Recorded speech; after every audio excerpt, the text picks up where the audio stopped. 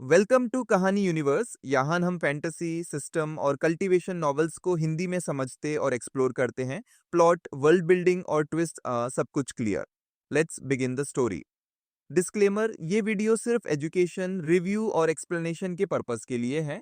Novel के सभी copyrights उनके असली क्रिएटर्स और पब्लिशर्स के पास हैं। हम कोई ओनरशिप क्लेम नहीं करते। अगर किसी राइट्स होल्डर को इश्यू हो, हम कंटेंट को रिमूव या मॉडिफाई कर देंगे।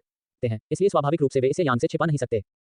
इस समय ये यांग ने अंतरिक्ष में रहने वाले दर्जनों स्पेसियों को देखा और ध्यान से उन्हें आकार दिया। मैंने इन दर्जनों अंतरिक्ष यान को देखा, जिनमें से प्रत्येक पृथ्वी पर सबसे बड़े विमान वाहक की तुलना में 10 गुना अधिक बड़ा है। उनकी शक्ति प्रणाली बहुत उन्नत है और ये दर्जनों अंतरिक्ष यान केवल पृथ्वी के स्थान पर चुपचाप रहते हैं। यह स्वीकार किया जाना चाहिए कि इस तरह के तकनीकी साधन पृथ्वी के वर्तमान तकनीकी स्तर के बराबर हैं। हालांकि इस विदेशी सभ्यता के तकनीकी साधन आज पृथ्वी से आगे निकल जाते हैं, यह मेरी नज़र में कुछ भी नहीं है। तकनीकी विकास का मार्ग लेना अभद्र है। कोई फर्क नहीं पड़ता कि विदेशी सभ्यता का तकनीकी विकास कितना उन्नत है, यह मुझे एक लहर के साथ करने से नहीं रोक सकता है। ये यान ने दर्जनों विदेशी अंतरिक्ष यान को देखा और पहले से ही इन विदेशी अंतरिक्ष यान की लड़ाकू प्रभावशीलता का मूल्यांकन किया था। ये दर्जनों विदेशी अंतरिक्ष यान स्वाभाविक रूप से उन्नत और विकसित आयुध प्रणालियों से सुसज्जित हैं। ये यान के पास सोचने की गहरी भावना है और तुरंत ताकत को समझा। ये यान की राय में इन विदेशी अंतरिक्ष यान का सबसे शक्तिशाली बल मूल्य 0.6 है, जो बमुश्किल नवजात आत्मा के शिखर के करीब है। ताकत का यह स्तर ये यान की आंखों में एक चींटी की तरह है और इसे हाथ की लहर के साथ नष्ट किया जा सकता है। इस बिंदु की पुष्टि करने के बाद ये यान ने अपनी टकटकी वापस ले ली और उसकी आंखों में निराशा का एक स्पर्श था। मूल रूप से ये यान ने सोचा कि एलियंस इतनी शक्तिशाली रूप से प्रौद्योगिकी विकसित कर सकते हैं, लेकिन यह इससे ज्यादा कुछ नहीं था। हालांकि एलियंस का अस्तित्व सबके बाद एक बड़ी बात है। यह इस बात से संबंधित है कि क्या ब्रह्मांड पृथ्वी के समान है और स्वर्ग और पृथ्वी अमृत और विशेष शरीर हैं। जब ये यान दर्जनों विदेशी अंतरिक्ष यान को घूरते थे, तो ताओ याओ, जो तू यान के साथ पृथ्वी पर दिखाई दिए थे, ने इस समय उसके चेहरे पर विशेष रूप से हैरान कर दिया था। क्योंकि जिस क्षण वह पृथ्वी में प्रवेश करता था, त्याओटियन को उसके दिल में खतरे का एक अकथनीय भावना महसूस होती थी। इसके तुरंत बाद ताओ याओ ने पाया कि उसकी सारी शक्ति पूरी तरह से गायब हो गई थी। ताओ याओ ने पहले कभी ऐसी स्थिति का सामना नहीं किया है। यह जगह क्या है? मेरे शरीर में शक्ति क्यों है? मैं इतना कमजोर क्यों हूँ? ताओ याओ ने अविश्वास में ये यान को देखा। ताओ याओ, यह मेरी दुनिया है। यह एक पूरी तरह से स्वतंत्र दुनिया है और इस दुनिया में मैं पूर्ण गुरु हूँ। यह मत कहो कि आप अब एक आधा कदम अलग अलग व्यक्ति हैं। भले ही आप एक अलग व्यक्ति हैं, यदि आप मेरे साथ इस दुनिया में आते हैं, तो आप एक चींटी बन जाएंगे। ये यान ने एक मुस्कान के साथ ताओ याओ से कहा। आपकी दुनिया? क्या मैं समझता हूँ कि आप एक ऐसा प्राणी नहीं है जो अमर दुनिया की खेती करता है, लेकिन एक ऐसा प्राणी जो इस दुनिया से संबंधित है। कोई आश्चर्य नहीं कि मुझे आपसे चरम गैरकर्म की आभा महसूस होती है और मुझे लगता है कि आप दुनिया में दुर्लभ परम गैरकर्म निकाय हैं। यह हास्यास्पद है। जब तक कि कोई व्यक्ति जो अलग नहीं होता है, वह सभी कर्म को काट सकता है। इस दुनिया में ऐसा प्राणी कैसे हो सकता है जो कर्म को नहीं छूता है? यह पता चला है कि आप कर्म को नहीं छूते हैं, इसका कारण यह है कि आप अमर दुनिया से संबंधित नहीं हैं, लेकिन एक और पूरी तरह से स्वतंत्र दुनिया से आते हैं। ताओ याओ ने अपनी खूबसूरत आंखों को संकुचित कर दिया, एक गहरी सांस ली, ये यान को देखा और कहा। इस समय ताओ याओ एक भयानक मूड में था। उसने सोचा कि तुम यान का अनुसरण करके वह आखिरकार तू हुआन से छुटकारा पा सकती है। लेकिन अप्रत्याशित रूप से भेड़िया की मांग छोड़ने के बाद वह फिर से बाघ के मुंह में प्रवेश किया, और यह अभी भी एक बाघ का मुंह था जो तू हुआन की तुलना में अधिक भयानक था। अमर दुनिया में कम से कम उसकी ताकत अभी भी है और वह तू हुआन के नियंत्रण से बाहर नहीं निकल सकती है। लेकिन यहाँ उसकी सभी शक्तियां चली गई हैं, वह यान की गणना से कैसे बच सकती है? ताओ याओ का रंग बादल और अनिश्चित था। उसकी खूबसूरत आंखें एक पल के लिए ये यान को देखती थी। इन गंदा विचारों ने उसके दिल को भर दिया और उसे अचानक शक्तिहीनता की एक मजबूत भावना महसूस हुई। यह सब देखने के बाद टियाओटियन को अचानक अपने दिल में पछतावा का पता लगा। अगर वह पहले यह जानती थी तो उसने कभी ऐसा जल्दबाजी में निर्णय नहीं लिया होता, लेकिन अब कुछ भी कहने में बहुत देर हो चुकी है। आप बहुत अच्छी तरह से समझते हैं, मैं इस दुनिया से आता हूँ। इसका वास्तव में जू अमर दुनिया से कोई लेना देना नहीं है। ये यान ने हल्के से मुस्कुराया और ताओ याओ की आवाज के बाद जवाब दिया। बेशक वह ताओ को नहीं बताएगा कि वह कर्म को नहीं छूता है, इसका कारण पूरी तरह से है क्योंकि कुंडलन मेरे सभी कर्म कनेक्शनों को काट सकता है। ताओ याओ इस दुनिया में मास्टर पूर्ण शासक है। वास्तव में मुझे लगता है कि आपने मास्टर का पालन करने का निर्णय लिया, लेकिन यह एक शानदार अवसर और सौभाग्य है जो आपके लिए है। तो आपको इस समय सम्मानित महसूस करना चाहिए। महारानी कैनेक का आंकड़ा आकाश में मुस्कुराते हुए उभरा। मैंने देखा है कि इससे पहले कि आपके पास मेरी तुलना में कमजोर ताकत नहीं है। इसके अलावा आपसे मैंने एक आभा को महसूस किया, वही दासुई के रूप में जिसने स्वर्गीय दाव को अवतार दिया। अगर मुझे उम्मीद थी तो आपको उस एक की बेटी होना चाहिए जो आपके लिए स्वर्गीय दाव पर गुजरता है। स्वर्गीय दाव के शरीर के साथ आप एक आधा कदम के बराबर हैं जो शिखर को पार कर रहे हैं। इससे पहले मैं बहुत आश्चर्यचकित था कैसे एक मजबूत आधा कदम चरम स्तर को पार कर सकता है, जैसे आप यान को आत्मसमर्पण कर सकते हैं। अब इसे देखते हुए आपको उसके द्वारा उसी तरह से छल किया जाना चाहिए था जैसे कि सही। ताओ याओ ने महारानी कंगों को देखा और उसके दिल में बहुत कुछ समझा। गणना नहीं, मुझे ऐसा नहीं लगता। वास्तव में एक और लानत के साथ तुलना में यह अस्तित्व मास्टर को आत्मसमर्पण करता है। यह कुछ ऐसा है जिसे मैं करने के लिए तैयार हूँ। ताओ याओ, मैं आपको सलाह देता हूँ कि आप अड़ियल न हो, मास्टर का पालन करें। आपके लिए बहुत सारे लाभ होंगे और कोई नुकसान नहीं होगा। महारानी कैनेग ने अपना सिर हिलाया, मुस्कुराया और कहा कि उसके दिल में क्या था। महारानी कैनेग ने जो कहा उसे सुनने के बाद ताओ याओ चुप्पी में गिर गया। इस समय उसका मन बेहद जटिल है, लेकिन शक्तिहीनता की भावना ताओई को केवल उसके भाग्य को स्वीकार करती है। ये यान, तुम क्या करने जा रहे हो? ताओ याओ ने इस्तीफे की आवाज के साथ ये यान को देखा और कहा। यह बहुत सरल है, मेरे साथ एक टुकड़ी अनुबंध पर हस्ताक्षर करें। आपको टुकड़ी अनुबंध को पता होना चाहिए। जब आप टुकड़ी में कदम नहीं रखते, तब तक आप टुकड़ी अनुबंध से बंधे रहेंगे। अनुबंध की समय सीमा वह क्षण है जब आप टुकड़ी में कदम रखते हैं। बेशक यह तय करना है कि एक टुकड़ी अनुबंध पर हस्ताक्षर करना है या नहीं। यह सिर्फ इतना है कि यदि आप मेरे साथ एक टुकड़ी अनुबंध पर हस्ताक्षर नहीं करते हैं, तो आपको स्वयं परिणाम सहन करने की आवश्यकता है। बेशक ये यान ने इस समय ताओ याओ के मन की स्थिति को समझा और यह अलग कर दिया गया अनुबंध एक अनुबंध है जिसे यू यान ने दावावाद की स्मृति से खोजा था। इस समय ये यान के पास सब कुछ नियंत्रण में है। निश्चित रूप से वह क्यू की अस्वीकृति से डरता नहीं है। ताओ की ताकत को वर्तमान स्तर तक बेहतर बनाया जा सकता है। वह निश्चित रूप से कुछ बेवकूफ नहीं है। इस समय उसे पता होना चाहिए कि कैसे चुनना है। जैसा कि एक दिन के लिए ताओयाओ को वास्तव में पार करना संभव है और यदि ये यान पहले ट्रांसकेंड करता है तो ये यान ताओयाओ को बताएंगे कि वह पृथ्वी पर वापस लाने के लिए दबाए रखें। संक्षेप में, इससे पहले कि वह पार कर गया, क्यू के लिए अपने नियंत्रण से बचना असंभव था। अध्याय 141 यूनिवर्स सभ्यता स्तर। अपने आप से अजय ये यान से पूछें, ठीक है, मैं आपके साथ एक टुकड़ी अनुबंध पर हस्ताक्षर करूंगा। ताओ याओ ने अनिच्छा से अपने भाग्य को स्वीकार कर लिया और समझौते में सिर हिलाया। बेशक वह एक बेवकूफ नहीं है, इस समय वह जानती है कि उसके पास कोई विकल्प नहीं है। अगर वह यान के प्रस्ताव को मना कर देती है तो मुझे डर है कि यान वास्तव में खुद को पूरी तरह से मार देगा। इस अजीब दुनिया में उसके पास कोई शक्ति नहीं थी। अगर वह मारा गया था तो पैंतरेबाजी के लिए कोई जगह नहीं होगी। तो इस समय एक विकल्प कैसे बनाएं? निश्चित रूप से ताओयाओ एक सही निर्णय ले सकता है। यह सिर्फ इतना है कि ताओयाओ के दिल में भी अपने विचार हैं, यानी वह खुद को अलग करने की पूरी कोशिश करेगी ताकि ये यान के नियंत्रण से पूरी तरह से छुटकारा मिल सके। मुझे पता है कि आपके दिमाग में अन्य विचार हैं, लेकिन इससे कोई फर्क नहीं पड़ता क्योंकि जल्दी या बाद में आप पाएंगे कि आपने वास्तव में आज सबसे सही निर्णय लिया है। ये यान ने इस बात पर ध्यान देने की जहमत नहीं उठाई कि ताओ अपने दिल में क्या सोच रहा था। जहां तक सवाल था, जब तक ताओ ने उनके साथ एक अलग अनुबंध पर हस्ताक्षर करने के लिए स्वीकार किया, तब तक वह कभी भी अपने नियंत्रण से छुटकारा नहीं पाएंगे। जब शब्द गिर गए तो ये यान ने एक उंगली को फैलाया और ताओ की भौहों के केंद्र में पहुंच गया। ताओ ने पूरी तरह से अपने मन को जाने दिया, उसके दिल में प्रतिरोध के बारे में बिना किसी विचार के। अगले क्षण में एक अकथनीय बल फैल गया और पारगमन के अनुबंध को एक पल में सफलतापूर्वक हस्ताक्षरित किया गया। मालिक, उस समय जब टुकड़ी अनुबंध को सफलतापूर्वक हस्ताक्षरित किया गया था, ताओयाओ ने अपने दिल के नीचे से आत्मसमर्पण की भावना महसूस की जब उसने ये यान को देखा। ये यान मुस्कुराया और सिर हिलाया। ताओयाओ ने सफलतापूर्वक वश में किया और अगला कदम एलियन से निपटने के लिए है। ये यान ने सबसे पहले झाओ लिंग और अन्य लोगों को रीति रिवाजों को छोड़ने का एक संदेश दिया और फिर पृथ्वी के ऊपर विदेशी अंतरिक्ष यान को देखा। झाओ लिंगर और अन्य लोगों को खबर मिली, वे बहुत खुश थे। श्री, ये रीति रिवाजों से बाहर हैं। ये एलियंस मिस्टर ये के सामने मुर्गियों और कुत्तों के रूप में कमजोर होना चाहिए। झाओ लिंगर खुशी से मुस्कुराया। बेशक श्री, तू देवताओं और देवताओं की शक्तिशाली शक्ति रखते हैं जिनकी तुलना इन केवल विदेशी सभ्यताओं के साथ की जा सकती है। वांग यूचन ने एक प्राकृतिक मुस्कान के साथ कहा। अन्य महिलाओं ने एक के बाद एक सिर हिलाया, इस कथन से बिल्कुल सहमत हुए। मुझे इन एलियंस के बारे में परवाह नहीं है, उनके साथ तुलना में मैं वास्तव में श्री के उपदेशों को सुनना पसंद करता हूँ। लुओ वानर ने अपना मुंह ढक लिया और मुस्कुराया। झाओ लिंगर, शेंग मिंगलान, याओ जीर और अन्य लड़कियों ने सभी को शर्माया जब उन्होंने सुना कि लुओ वानर ने क्या कहा था और दृश्य से मधुर हंसी का एक फट गया था। जब झाओ लिंगर और अन्य लड़कियां विषय से बाहर हो रही थीं, तो ये यान जिन्होंने खबरें दे रहे थे, त्यान्या के ठीक बगल में एक फ्लैश में पृथ्वी के ऊपर आकाश में दिखाई दिए। ये यान ने खुद को स्वर्गीय दाव के निशान के साथ कवर किया और अमर दुनिया की मरम्मत की ताकि अमर राजा भी तू यान को नहीं पा सके। स्वाभाविक रूप से ये विदेशी अंतरिक्ष यान आपको यान भी नहीं पा सकते थे। यान पृथ्वी के ऊपर आकाश में आने के बाद उन्होंने इन ब्रह्मांड अंतरिक्ष यान का पता लगाने के लिए अपनी दिव्य भावना का उपयोग करना शुरू कर दिया। इससे पहले कि ये यान ताओ के साथ पृथ्वी पर लौट आए, उन्होंने बस इन एलियंस की विसंगतियों को देखा और गहराई से जांच नहीं की। इस समय उन्होंने पहले ही ताओ के साथ एक टुकड़ी अनुबंध पर हस्ताक्षर किए थे, इसलिए उन्होंने आगे की जांच करने का फैसला किया। आखिरकार ये यान ने कभी भी एलियंस को नहीं देखा है और वह इस बारे में भी उत्सुक है कि ये एलियंस कैसे मौजूद हैं। जल्द ही ये यान की जांच के दौरान यह पता चला कि ये एलियंस वास्तव में मनुष्यों के समान थे, कम से कम 70 से 80% समान थे। एक और खोज ने यान को बहुत उत्साहित कर दिया। जब तुम यान को पता चला कि ब्रह्मांड अंतरिक्ष यान में एलियंस के बीच वास्तव में एक विशेष काया है। यद्यपि स्तर अधिक नहीं है, इसमें एक विशेष काया है। ये यान ने यह पता लगाने के बाद वह बहुत उत्साहित था क्योंकि यह साबित हुआ कि कुंडलुंदर्पण का परिवर्तन निश्चित रूप से केवल पृथ्वी को प्रभावित नहीं करता है, बल्कि पूरी सतह को प्रभावित करता है। एलियंस के पास विशेष शारीरिक हैं, इसलिए विशाल ब्रह्मांड में स्वर्ग और पृथ्वी अमृत होना चाहिए। यूनिवर्स इतना बड़ा है, क्या यह कोई बड़ी बात नहीं है? इस खोज ने आपको इन एलियंस में रुचि रखने वाले यान को बनाया और इन एलियंस की शर्तों की जांच करने के लिए अपनी दिव्य भावना का उपयोग करना शुरू कर दिया। गहन जांच के साथ ये यान ने पाया कि कुछ एलियंस की शारीरिक फिटनेस नींव की स्थापना के लिए तुलनीय शरीर की खेती के स्तर तक पहुंच गई है। यह खोजने पर ये यान ने तुरंत महसूस किया कि यह मामला असामान्य था। उन्होंने तुरंत महारानी कांगों का इस्तेमाल किया, स्वर्गीय दाव प्राधिकरण खोला और इन एलियंस की आत्माओं की खोज करना शुरू कर दिया। ये यान आत्माओं की खोज के लिए स्वर्गीय दाव प्राधिकरण का उपयोग करते हैं। यह एक प्रत्यक्ष आत्मा खोज है। आपको यह जानने के लिए एलियंस की सभ्यता को जानने की आवश्यकता नहीं है कि ये एलियंस क्या सोचते हैं और क्या कहते हैं। ये यान की जांच के अनुसार ये यान को पता था कि ये एलियंस एपोकेलिप्स नामक एक विदेशी सभ्यता से आए थे, जो एक स्तर 3.9 विदेशी सभ्यता है। यह स्तर पहले से ही पृथ्वी पर सभ्यता के विकास के स्तर के लिए बहुत अधिक माना जाता है।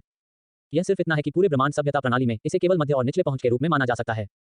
सर्वनाश सभ्यता के शीर्ष पर चौथे स्तर के ईश्वर स्तरीय सभ्यता, पांचवें स्तर के महान ईश्वर स्तरीय सभ्यता, छठे स्तर के सुपर देवता स्तरीय सभ्यता, सातवें स्तर के नियम स्तरीय सभ्यता और आठवें स्तरीय यूनिवर्स स्तरीय सभ्यता है।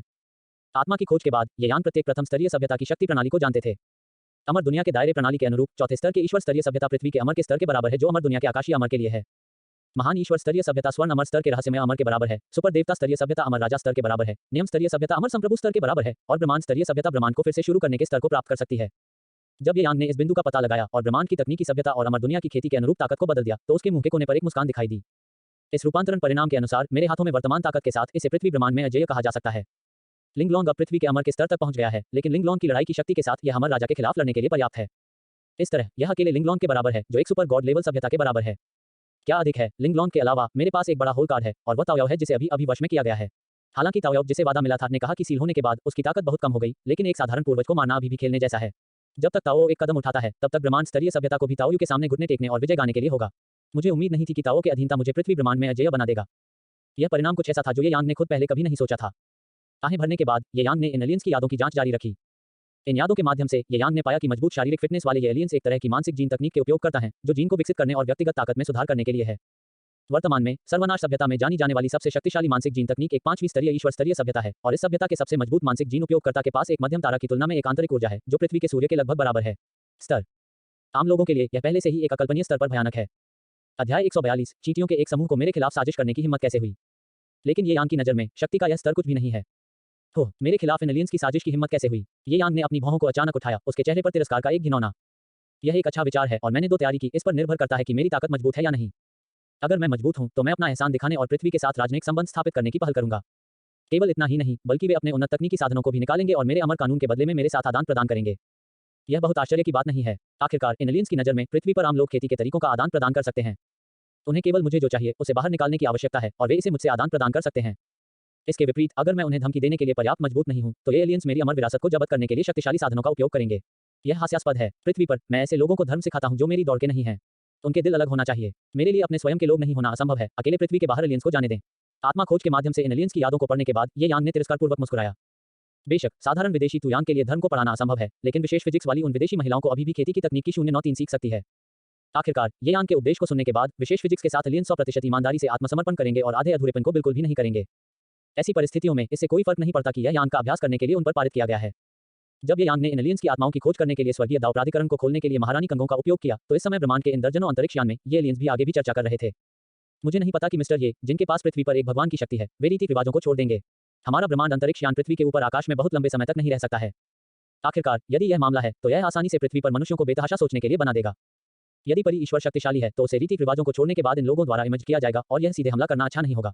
बैंगनी चमड़ी वाले विदेशी नाम ने कमांडर से कहा। तो आपकी राय में हमें अब क्या करना चाहिए। कमांडर भी इस सवाल के बारे में सोच रहे थे और पूरी तरह से कहा, कमांडर हमें अर्थलिंग्स AJCE के उपचार के बारे में अपनी समग्र योजना में बहुत बदलाव करने की आवश्यकता नहीं है। यह अभी भी वैसा ही है जैसा हमने पहले चर्चा की थी। हम किस तरह का रवैया लेते हैं यह हिस्ट्री की ताकत पर निर्भर करता है जो पृथ्वी पर लोगों के प्रति हमारे अंतिम रवैये को निर्धारित करता है। लेकिन इससे पहले हम पृथ्वी पर लोगों से संपर्क करने की पहल कर सकते हैं। समय के लिए अपनी दयालुता दिखाना ठीक है, चलो पहले पृथ्वी पर लोगों के साथ संवाद करें। बेशक उन पृथ्वी के साथ संपर्क करना सबसे अच्छा है जो पहले कुनलुन में शामिल हुए थे और इन कुनलुन सदस्यों के उस परी भगवान का विवरण सीखने की कोशिश करते हैं।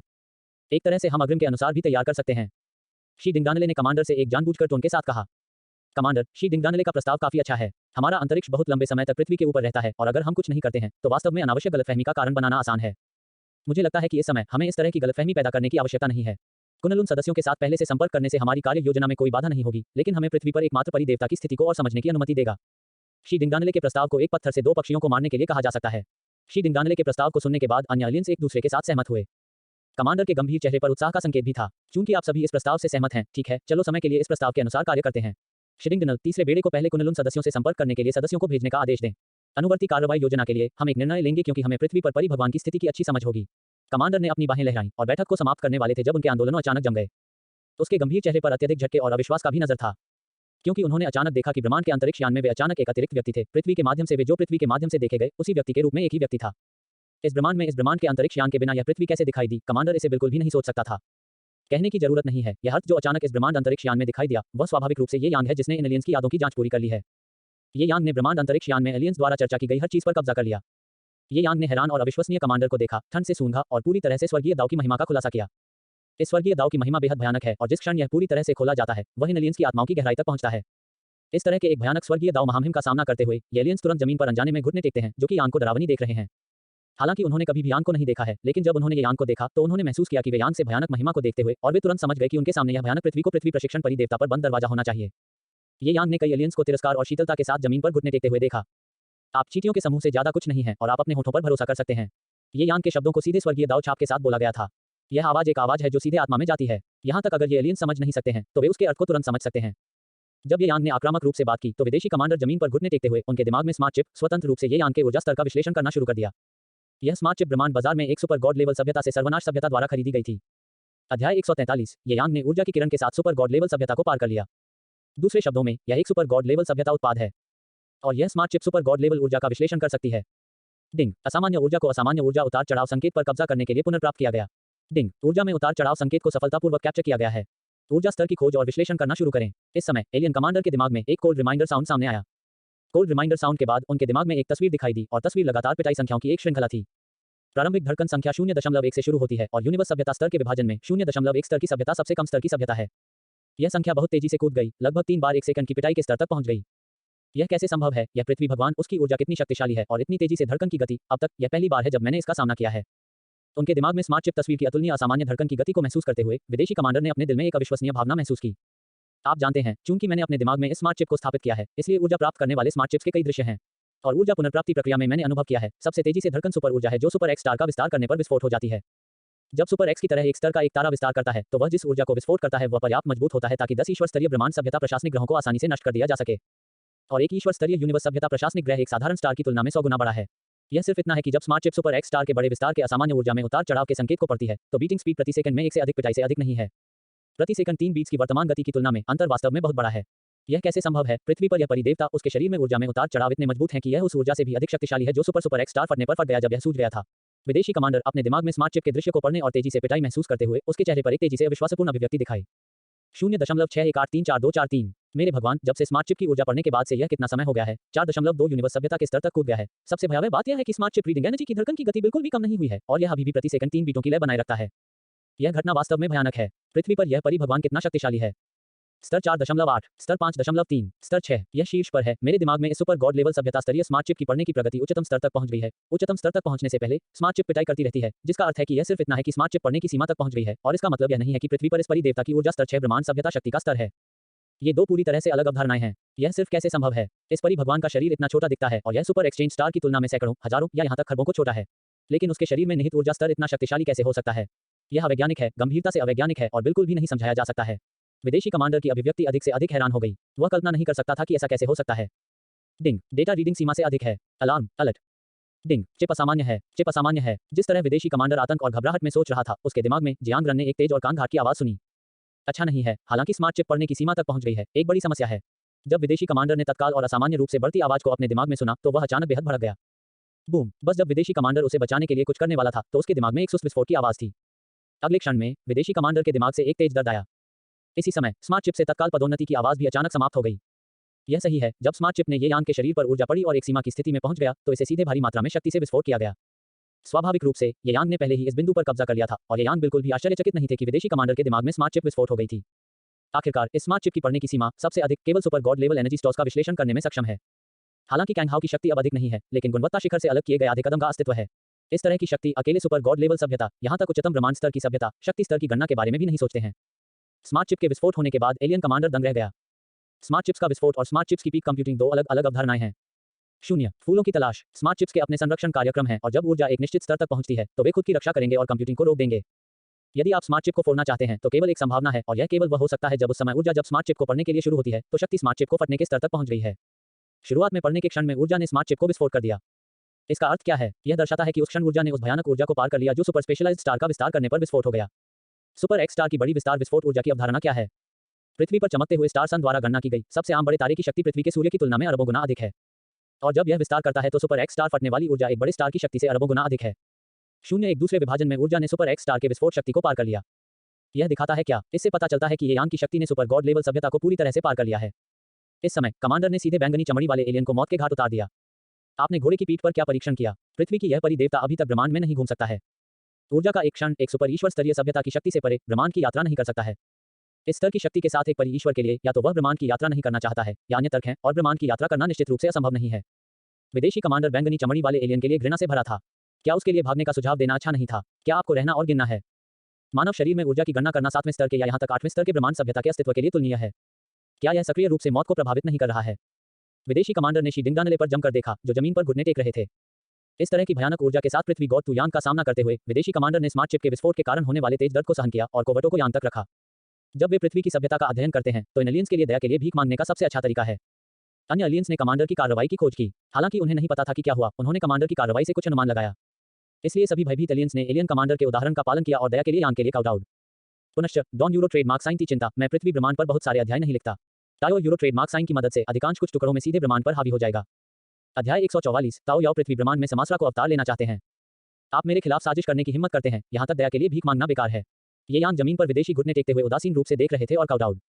जब आवाज गिर गई तो ये यान ने लापरवाही से अपना हाथ लहराया और इन एलियंस पर एक भयानक ऊर्जा विस्फोट हो गई। ये एलियंस विरोध करने के लिए शक्तिहीन थे और एक पल में मिटा दिए गए थे। यदि यह पहले की तरह ही था, तो ये यान इन एलियंस को नियंत्रित करने के लिए गुलाम मुद्रण जैसे तरीकों का उपयोग कर सकते हैं। फिर ब्रह्मांड में बलों को विकसित करने के लिए इन एलियंस का उपयोग करें। लेकिन अब ये यांग में लिंग लॉन्ग और जी हैं। उन्होंने खुद से पूछा कि वह ब्रह्मांड में पहले से ही अजेय थे, इसलिए उन्हें धीमी गति से विकास की किसी भी नीति को लागू करने की आवश्यकता नहीं थी, बस ब्रह्मांड को क्षैतिज रूप से धक्का दें और पूरे ब्रह्मांड को नीचे ले जाएं। उस समय तक ये यांग धीरे धीरे स्वर्ग और पृथ्वी अमृत और ब्रह्मांड में विशेष संविधान की तलाश कर रहे थे। जैसा कि एलियंस के लिए 483 यांग माई द्वारा मारे गए हैं, यांग के लिए उनकी सबसे बड़ी भूमिका उनके दिमाग में ब्रह्मांड की यादें हैं। इसके अलावा ये एलियंस यहाँ यांग में बेकार हैं। ऐसी परिस्थितियों में आप यांग अपनी जान कैसे बचा सकते हैं और बस उन्हें सीधे मार सकते हैं। इन एलियंस की यादों के अनुसार ब्रह्मांड बेहद विशाल है और सभ्यता यह प्रजनन करती है और भी अधिक जटिल है। यह सिर्फ एक सवाल है कि कैसे पृथ्वी ब्रह्मांड को जितनी जल्दी हो सके नीचे ले जाएं। ये यांग ने ब्रह्मांड अंतरिक्ष यान में एलियंस की लाशों को देखा और गहरे विचार में गिर गए। इस मामले में ये यांग के लिए एक महान प्रलोभन है। आखिरकार एक बार जब संपूर्ण पृथ्वी ब्रह्मांड पर कब्जा कर लिया जाता है तो ये यांग एक ब्रह्मांड के संसाधनों को प्राप्त करने के बराबर है। ये यांग का अनुमान है कि एक पूरे ब्रह्मांड के संसाधन निश्चित रूप से अमर दुनिया और अमर दुनिया से कम नहीं होंगे और पूरे पृथ्वी ब्रह्मांड के संसाधनों के साथ उसे जोड़ा गया। कहने की जरूरत नहीं है, ये यांग के भविष्य के विकास की गति निश्चित रूप से भयानक होगी। मास्टर, जब आपने इन एलियंस को अभी मार दिया तो मैंने इस ब्रह्मांड में अरबों प्रकाश वर्षों का पता लगाने के लिए अपनी दिव्य भावना का उपयोग किया। क्या वास्तव में इस दुनिया में कोई अमर शक्ति नहीं है? जब ये यांग सोच रहे थे, ताओयाओ अचानक दिखाई दिया। उसकी आंखें उज्ज्वल थीं और तू यांग से कहा। ये यांग और ताओ ने पारगमन अनुबंध पूरा करने के बाद उन्होंने सीधे ताओ की शक्ति को अनसुना कर दिया।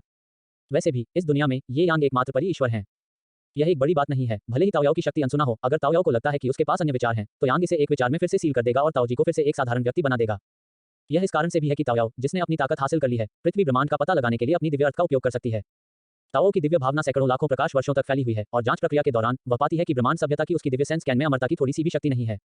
इस परिणाम ने शरद ऋतु को तुरंत उत्साहित कर दिया। आप उत्साहित दिखते हैं। मेरे अलावा इस दुनिया में कोई अन्य अमर शक्तियां नहीं है।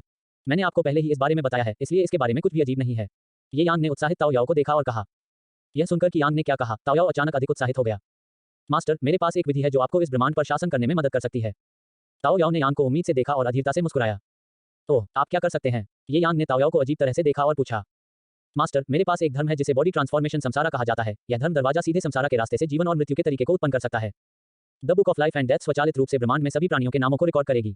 जब मैं अवतार संसारा विधि का उपयोग करता हूं और सफलतापूर्वक जीवन और मृत्यु की पुस्तक उत्पन्न करता हूं, तो आप जीवन और मृत्यु के माध्यम से पूरे ब्रह्मांड पर शासन कर सकते हैं। अगर यह अमरता की शक्ति के साथ एक दुनिया थी, भले ही मैं संस्कार के रास्ते के माध्यम से जीवन और मृत्यु की पुस्तक उत्पन्न कर सकता था, तो प्रभाव बिल्कुल सीमित होगा। हालांकि मास्टर, आपके ब्रह्मांड की दुनिया में अमरता की शक्ति नहीं है। इस तरह जीवन की पुस्तक और मृत्यु का उपयोग इसके पूर्ण प्रभाव के लिए किया जा सकता है। मैं कुछ और कहने की हिम्मत नहीं करता, लेकिन यह आपको ब्रह्मांड पर शासन करने में मदद करने के लिए पर्याप्त से अधिक है। ताओ ने उच्च आत्माओं में कहा। अवतार संसारा संस्कार के रास्ते के माध्यम से जीवन और मृत्यु की पुस्तक उत्पन्न करें और फिर ब्रह्मांड पर शासन करने के लिए इसका उपयोग करें। ताओ ने जो कहा सुनकर तुम यांग ने अपनी भौहें उठाई और उसका दिल चला गया, क्योंकि इसके बारे में सोचने के बाद ये यांग ने पाया कि ताओ ने जिस विधि को कहा था वह संभव है। ताओयाओ का शरीर शिखर से परे एक आधा कदम है, जिसे संसारा के रूप में अवतार दिया गया है, जो वास्तव में ब्रह्मांड में सब कुछ एकजुट कर सकता है। बेशक ये यांग भी जानते थे कि ताओ का उद्देश्य निश्चित रूप से शुद्ध नहीं था, लेकिन अब जब ताओ ने इस पद्धति का प्रस्ताव दिया तो इसका उद्देश्य निश्चित रूप से केवल समस्याओं को हल करने में मदद करना नहीं है। दूसरे शब्दों में, ताओ की एक योजना थी। जैसा कि ताओयाओ की योजना है, इसके बारे में अधिक कहने की आवश्यकता नहीं है। यह स्वयं के नियंत्रण से छुटकारा पाने के लिए होना चाहिए।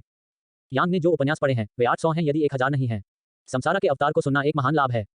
ये यांग डॉसना यूरो ट्रेडमार्क साइन टी प्रागैतिहासिक दुनिया में संसार के अवतार के बारे में बहुत अधिक नहीं सोचते हैं, जो सीधे वास्तविक हैंडल बन गए और कुछ उपन्यासों में संसारा के अवतार सर्वोच्च में कदम रखते हुए। ताओयाओ तू यांग के नियंत्रण से छुटकारा पाना चाहता है, अर्थात टुकड़ी अनुबंध से छुटकारा पाने के लिए। टुकड़ी अनुबंध का मतलब है कि केवल अलग थलग व्यक्ति को इससे छुटकारा मिल सकता है, इसलिए यह अवतार संसारा ताओयाओ की टुकड़ी विधि होने की संभावना है। ये यांग वास्तव में पृथ्वी ब्रह्मांड में ताओयाओ की टुकड़ी के बारे में ज्यादा परवाह नहीं करते हैं, क्योंकि पृथ्वी ब्रह्मांड में प्रतिबंध भी हैं। ठीक उसी तरह जैसे मैंने पहले कहा था, पृथ्वी के ब्रह्मांड में ये यांग तुरंत एक चींटी में बदल जाएंगे, भले ही वह एक अलग व्यक्ति हो। ये यांग ने उत्साहित ताओ को देखा और ये विचार उसके दिमाग में चमक गए।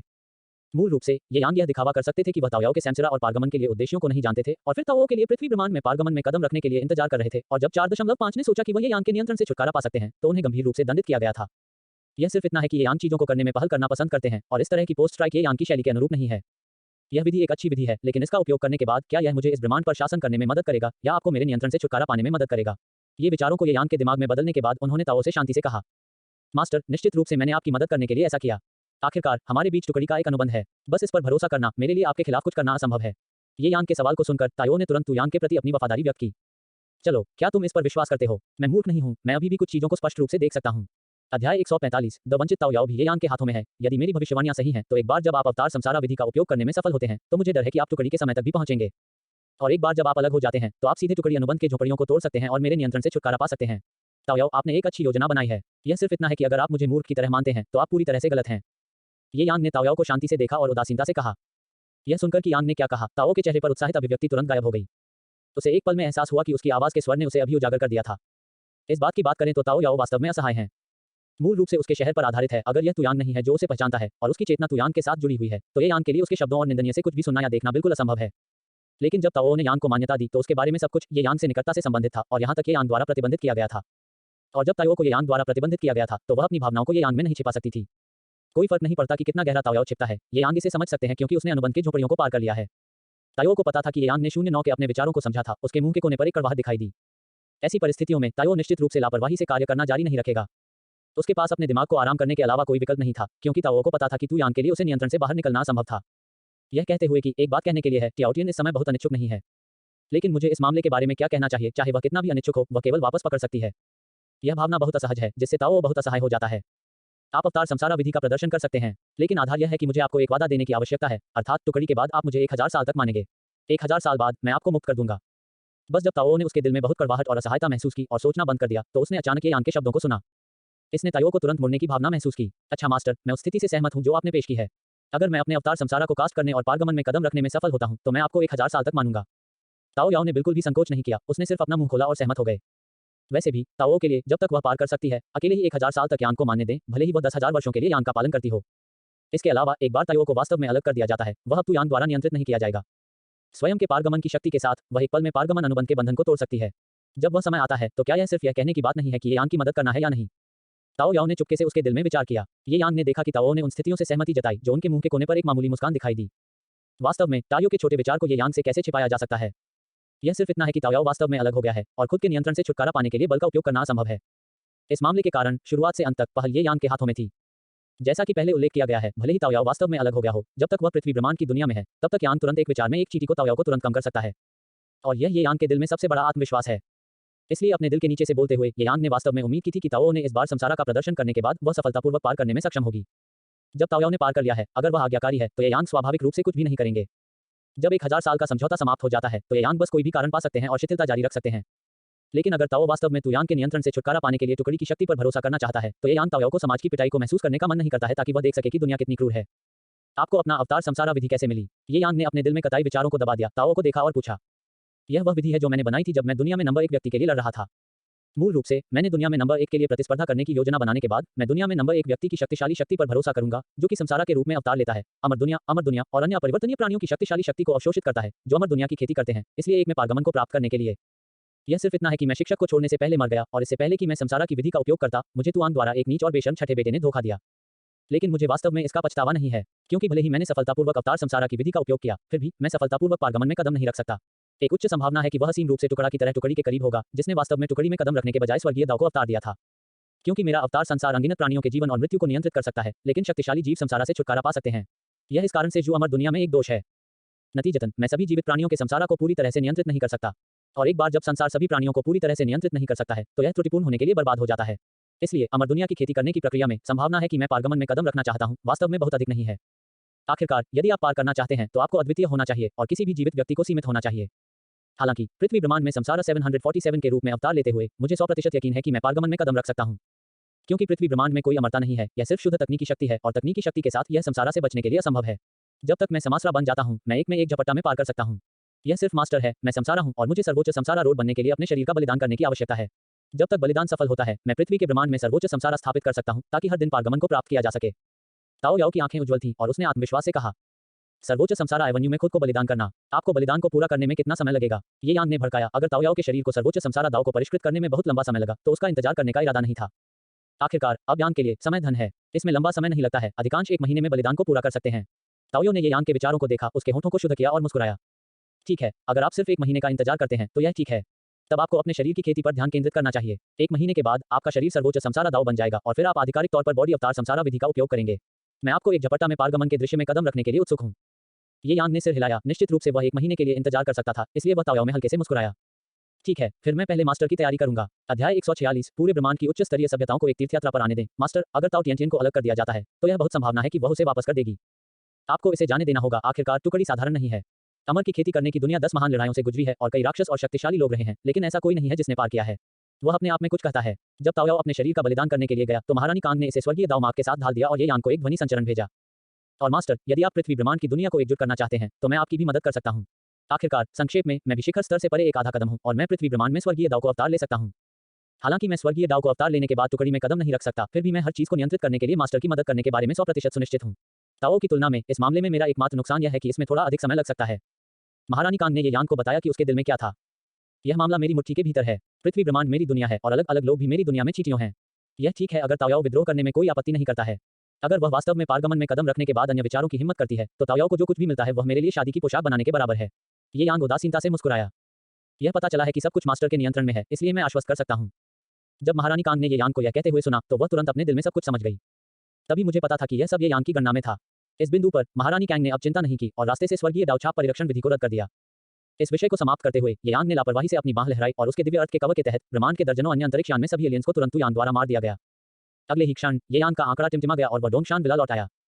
रीति रिवाजों को छोड़ने के लिए ये यांग की खबर प्राप्त करने पर झाओ किंगजी और अन्य तुरंत भाग गए। इस समय ये यांग को देखकर झाओ किंगजी और अन्य लोगों ने आपको सम्मान से सलाम किया। मैंने दर्जनों ब्रह्मांड अंतरिक्ष यान पर एलियंस को मिटा दिया है। बेशक ये यांग को पता था कि झाओ किंगजी और अन्य लोग अभी सबसे ज्यादा चिंतित थे, इसलिए वह स्पष्ट रूप से मुस्कुराया। श्री ये की शक्ति अजेय है। यदि आप इसे स्वयं करते हैं तो वे एलियंस बिल्कुल भी प्रतिस्पर्धा नहीं कर सकते। ये एलियंस पृथ्वी को छूने की हिम्मत करते हैं सिर्फ इसलिए कि उनके पास योग्यता है। यह सुनकर कि यांग ने क्या कहा, झाओ किंगजी और अन्य लोग उत्साहित हो गए। जब ये यांग को देखते हैं तो उसकी आंखों में विस्मय और भी मजबूत हो गया। यू यांग की मुर्गियों और भेड़ों जैसे उच्च तकनीक वाले एलियंस की हत्या के माध्यम से झाओ किंगजी और अन्य लोगों ने आगे देखा है कि ये यांग की परिशक्ति कितनी शक्तिशाली है। इस समय वे गहराई से महसूस करते हैं कि कुनलुन में शामिल होने के लिए चुनना वास्तव में सबसे सही निर्णय है जो उन्होंने अपने जीवन में किया है। श्री ये चूंकि इन एलियंस को आपके द्वारा मिटा दिया गया है, उन्नत प्रौद्योगिकी स्तर के साथ ये दर्जनों ब्रह्मांड अंतरिक्ष यान स्वामी के पास हैं। क्या आप हमें अध्ययन करने के लिए हमारे वैज्ञानिक शोधकर्ताओं के लिए ब्रह्मांड के इन दर्जनों अंतरिक्ष यान दे सकते हैं? कुछ और कहने की हिम्मत न करें, आइए हम ब्रह्मांड अंतरिक्ष यान के इस बैच की अनुसंधान अनुमति प्राप्त करें और हम निश्चित रूप से कम समय में ब्रह्मांड में यात्रा करने की विधि पर शोध करने में सक्षम होंगे। झाओ किंगजी को धरती के स्थान के बाहर खड़े दर्जनों विदेशी अंतरिक्ष यान द्वारा स्थानांतरित किया गया था और ये यान के साथ विनती की गई थी।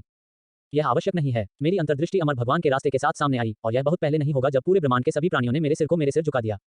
इसे बस और स्पष्ट रूप से रखने के लिए मैं ब्रह्मांड को एकजुट करना चाहता हूं। और आपको एक दीर्घकालिक दृश्य लेना होगा। अब आप पूरी पृथ्वी का सामना कर रहे हैं और आपको पृथ्वी से सीधे पूरे ब्रह्मांड में सीधे पार करने के लिए मानसिक रूप से तैयार होना चाहिए। ये यांग ने हल्के से मुस्कुराया और सीधे झाओ किंगजी के प्रस्ताव को खारिज कर दिया। सर्वनाश सभ्यता एक स्तर 3.9 ब्रह्मांड सभ्यता से अधिक कुछ भी नहीं है। पृथ्वी सभ्यता के विकास के बारे में सर्वनाश सभ्यता निस्संदेह एक बहुत उन्नत सभ्यता है, लेकिन पूरे ब्रह्मांड को देखते हुए सर्वनाश सभ्यता बहुत बकवास है। सर्वनाश सभ्यता द्वारा निर्मित ब्रह्मांड अंतरिक्ष यान के लिए ये यान की आंखों में यह कचरे से बहुत अलग नहीं है। क्या अधिक है, ये यान के लिए झाओ किंगजी और अन्य लोगों को इन बकवास पर शोध करने के लिए अपनी ऊर्जा समर्पित करने के बजाय वास्तव में उसे कुछ और अधिक सार्थक करने में मदद करना बेहतर है। इस बार पूरे पृथ्वी ब्रह्मांड को एकजुट करने के बाद आपको ब्रह्मांड के संसाधनों का समन्वय करने के लिए उसके लिए तैयार करने के लिए जनशक्ति की आवश्यकता है। आखिरकार ये यान के लिए जिन्होंने संसारा के रूप में अवतार लेने के बाद ब्रह्मांड को एकजुट किया, ब्रह्मांड में संसाधनों को मैन्युअल रूप से एकत्र करना आवश्यक है। और ये लोग स्वाभाविक रूप से झाओ किंगजी और अन्य सदस्य हैं जो कुनलुन में शामिल हुए थे। झाओ किंगजी और अन्य उनकी महिलाओं के करीबी रिश्तेदार हैं। इसके अलावा इस अवधि के दौरान ये यांग ने उन्हें बहुत अच्छी तरह से इस्तेमाल किया। ब्रह्मांड के एकीकृत होने के बाद ये यांग निश्चित रूप से उनका उपयोग करना जारी रखेंगे। के रूप में कि क्या एलियंस आज्ञाकारी होंगे, इस यांग को चिंता करने की आवश्यकता नहीं है। 1 महीने बाद ताओयाओ सफलतापूर्वक संसार के रूप में अवतार लेता है और जीवन और मृत्यु की पुस्तक उत्पन्न करता है। ये यांग ब्रह्मांड में सभी उच्च स्तरीय सभ्यताओं को बुलाने के लिए लाइफ एंड डेथ का उपयोग करेंगे ताकि वह उसे श्रद्धांजलि दे सके। उस समय पूरे ब्रह्मांड को पता होगा कि वह ब्रह्मांड में सबसे अधिक है और झाओ किंगजी और अन्य ये यांग के लोगों के रूप में उन विदेशी प्राणियों की अवज्ञा करने की हिम्मत कैसे हुई। इस समय ये यांग ने संक्षेप में उल्लेख किया कि वह ब्रह्मांड को एकजुट करने वाला था और झाओ किंगजी और अन्य को पहले से तैयार करने की आवश्यकता थी। जब झाओ किंगजी और अन्य कुनलुन सदस्यों ने सुना कि तुम यांग ने क्या कहा तो उन्होंने एक दूसरे को अपनी आंखों में संदेह के साथ देखा। वे यह भी नहीं समझते हैं कि ब्रह्मांड को एकजुट करके यांग का क्या मतलब है। क्या यह हो सकता है कि यह एकीकृत ब्रह्मांड शाब्दिक अर्थ है जो वे समझते हैं? यदि ऐसा होता है तो यह बहुत डरावना और बहुत अच्छा होगा। श्री ये ने ब्रह्मांड को एकीकृत करने के बाद कुनलुन के सदस्यों के अनुसार उनकी पहचान नहीं होगी।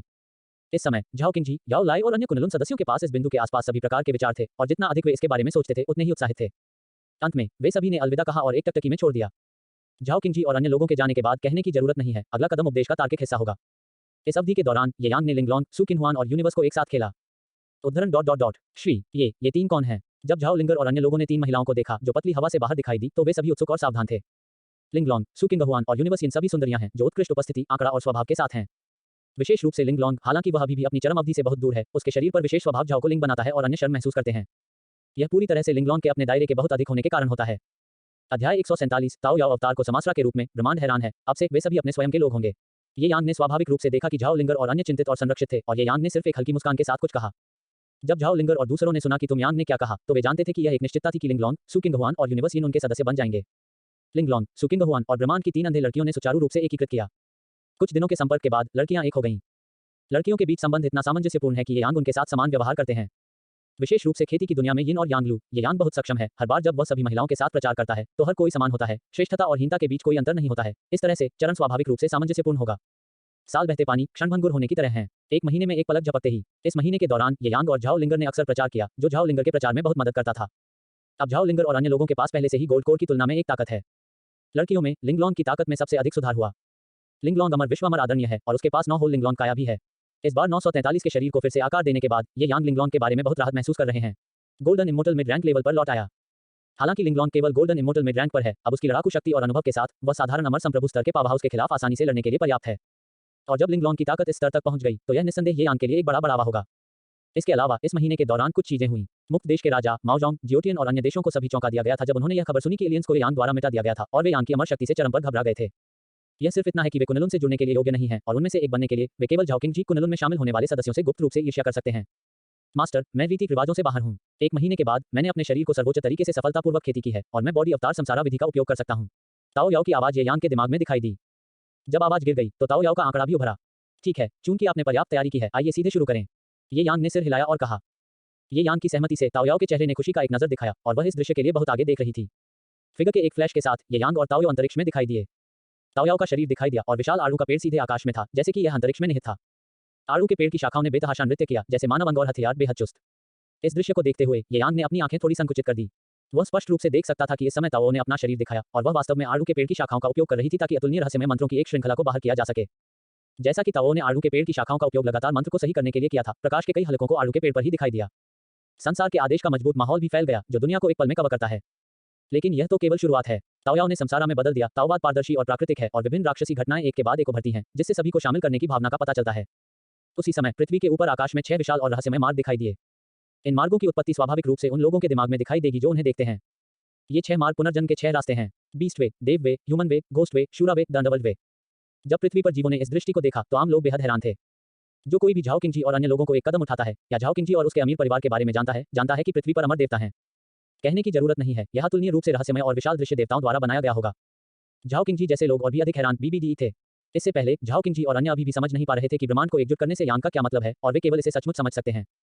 लेकिन अब जब झाओकिंग जी और अन्य लोगों ने इस दर्पण की छवि को देखा तो उनके दिल प्रबुद्ध लग रहे थे और वे तुरंत कई चीजों को समझ गए। पुनर्जन्म के 6 रास्ते वास्तव में इस दुनिया में मौजूद हैं।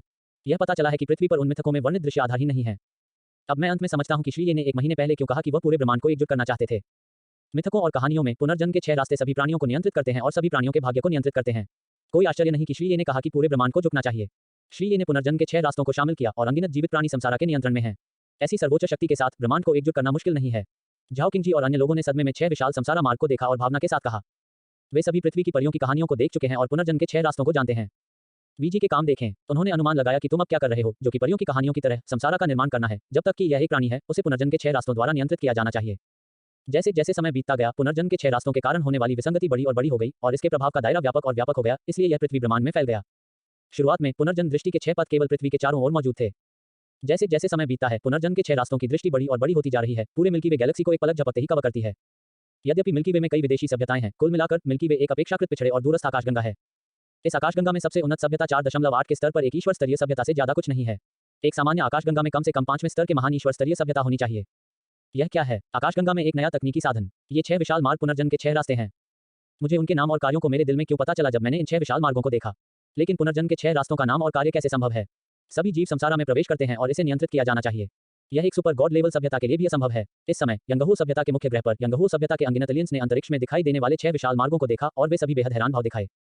पुनर्जन्म के इस 6 रास्ते क्या है? परीक्षा परिणामों के बारे में क्या अभी तक बाहर नहीं आया है? यंगहू सभ्यता के स्पेस मॉनिटरिंग स्टेशन के कमांडर कामेना पर ऑक्टोपस जैसे तंबू आगे और पीछे मुड़ गए, यह दिखाते हुए कि इस समय उनके मूड में कितना हिंसक हुआ। कमांडर कामेल, हम पता लगाने की पूरी कोशिश कर रहे हैं, लेकिन हमारे सबसे उन्नत डिटेक्टिव पुनर्जन्म चैनल के 6 रास्तों से किसी भी जानकारी का पता नहीं लगा सकते हैं। अध्याय 148 ब्रह्मांड प्रौद्योगिकी से परे पुनर्जन्म विसंगति के भयावह 6 पथ क्या? यहाँ तक हमारे सबसे उन्नत डिटेक्टर इसका पता नहीं लगा सकते हैं। हमारे सबसे उन्नत डिटेक्टर को ऊपरी जीनस के 6वें स्तर के सुपर गॉड लेवल सभ्यता के बारे में भी सभ्यता से कारोबार किया गया था। सुपर गॉड लेवल सभ्यता द्वारा आविष्कार किया गया डिटेक्टर पुनर्जन्म चैनल के 6 रास्तों के बारे में किसी भी जानकारी का पता नहीं लगा सकता है।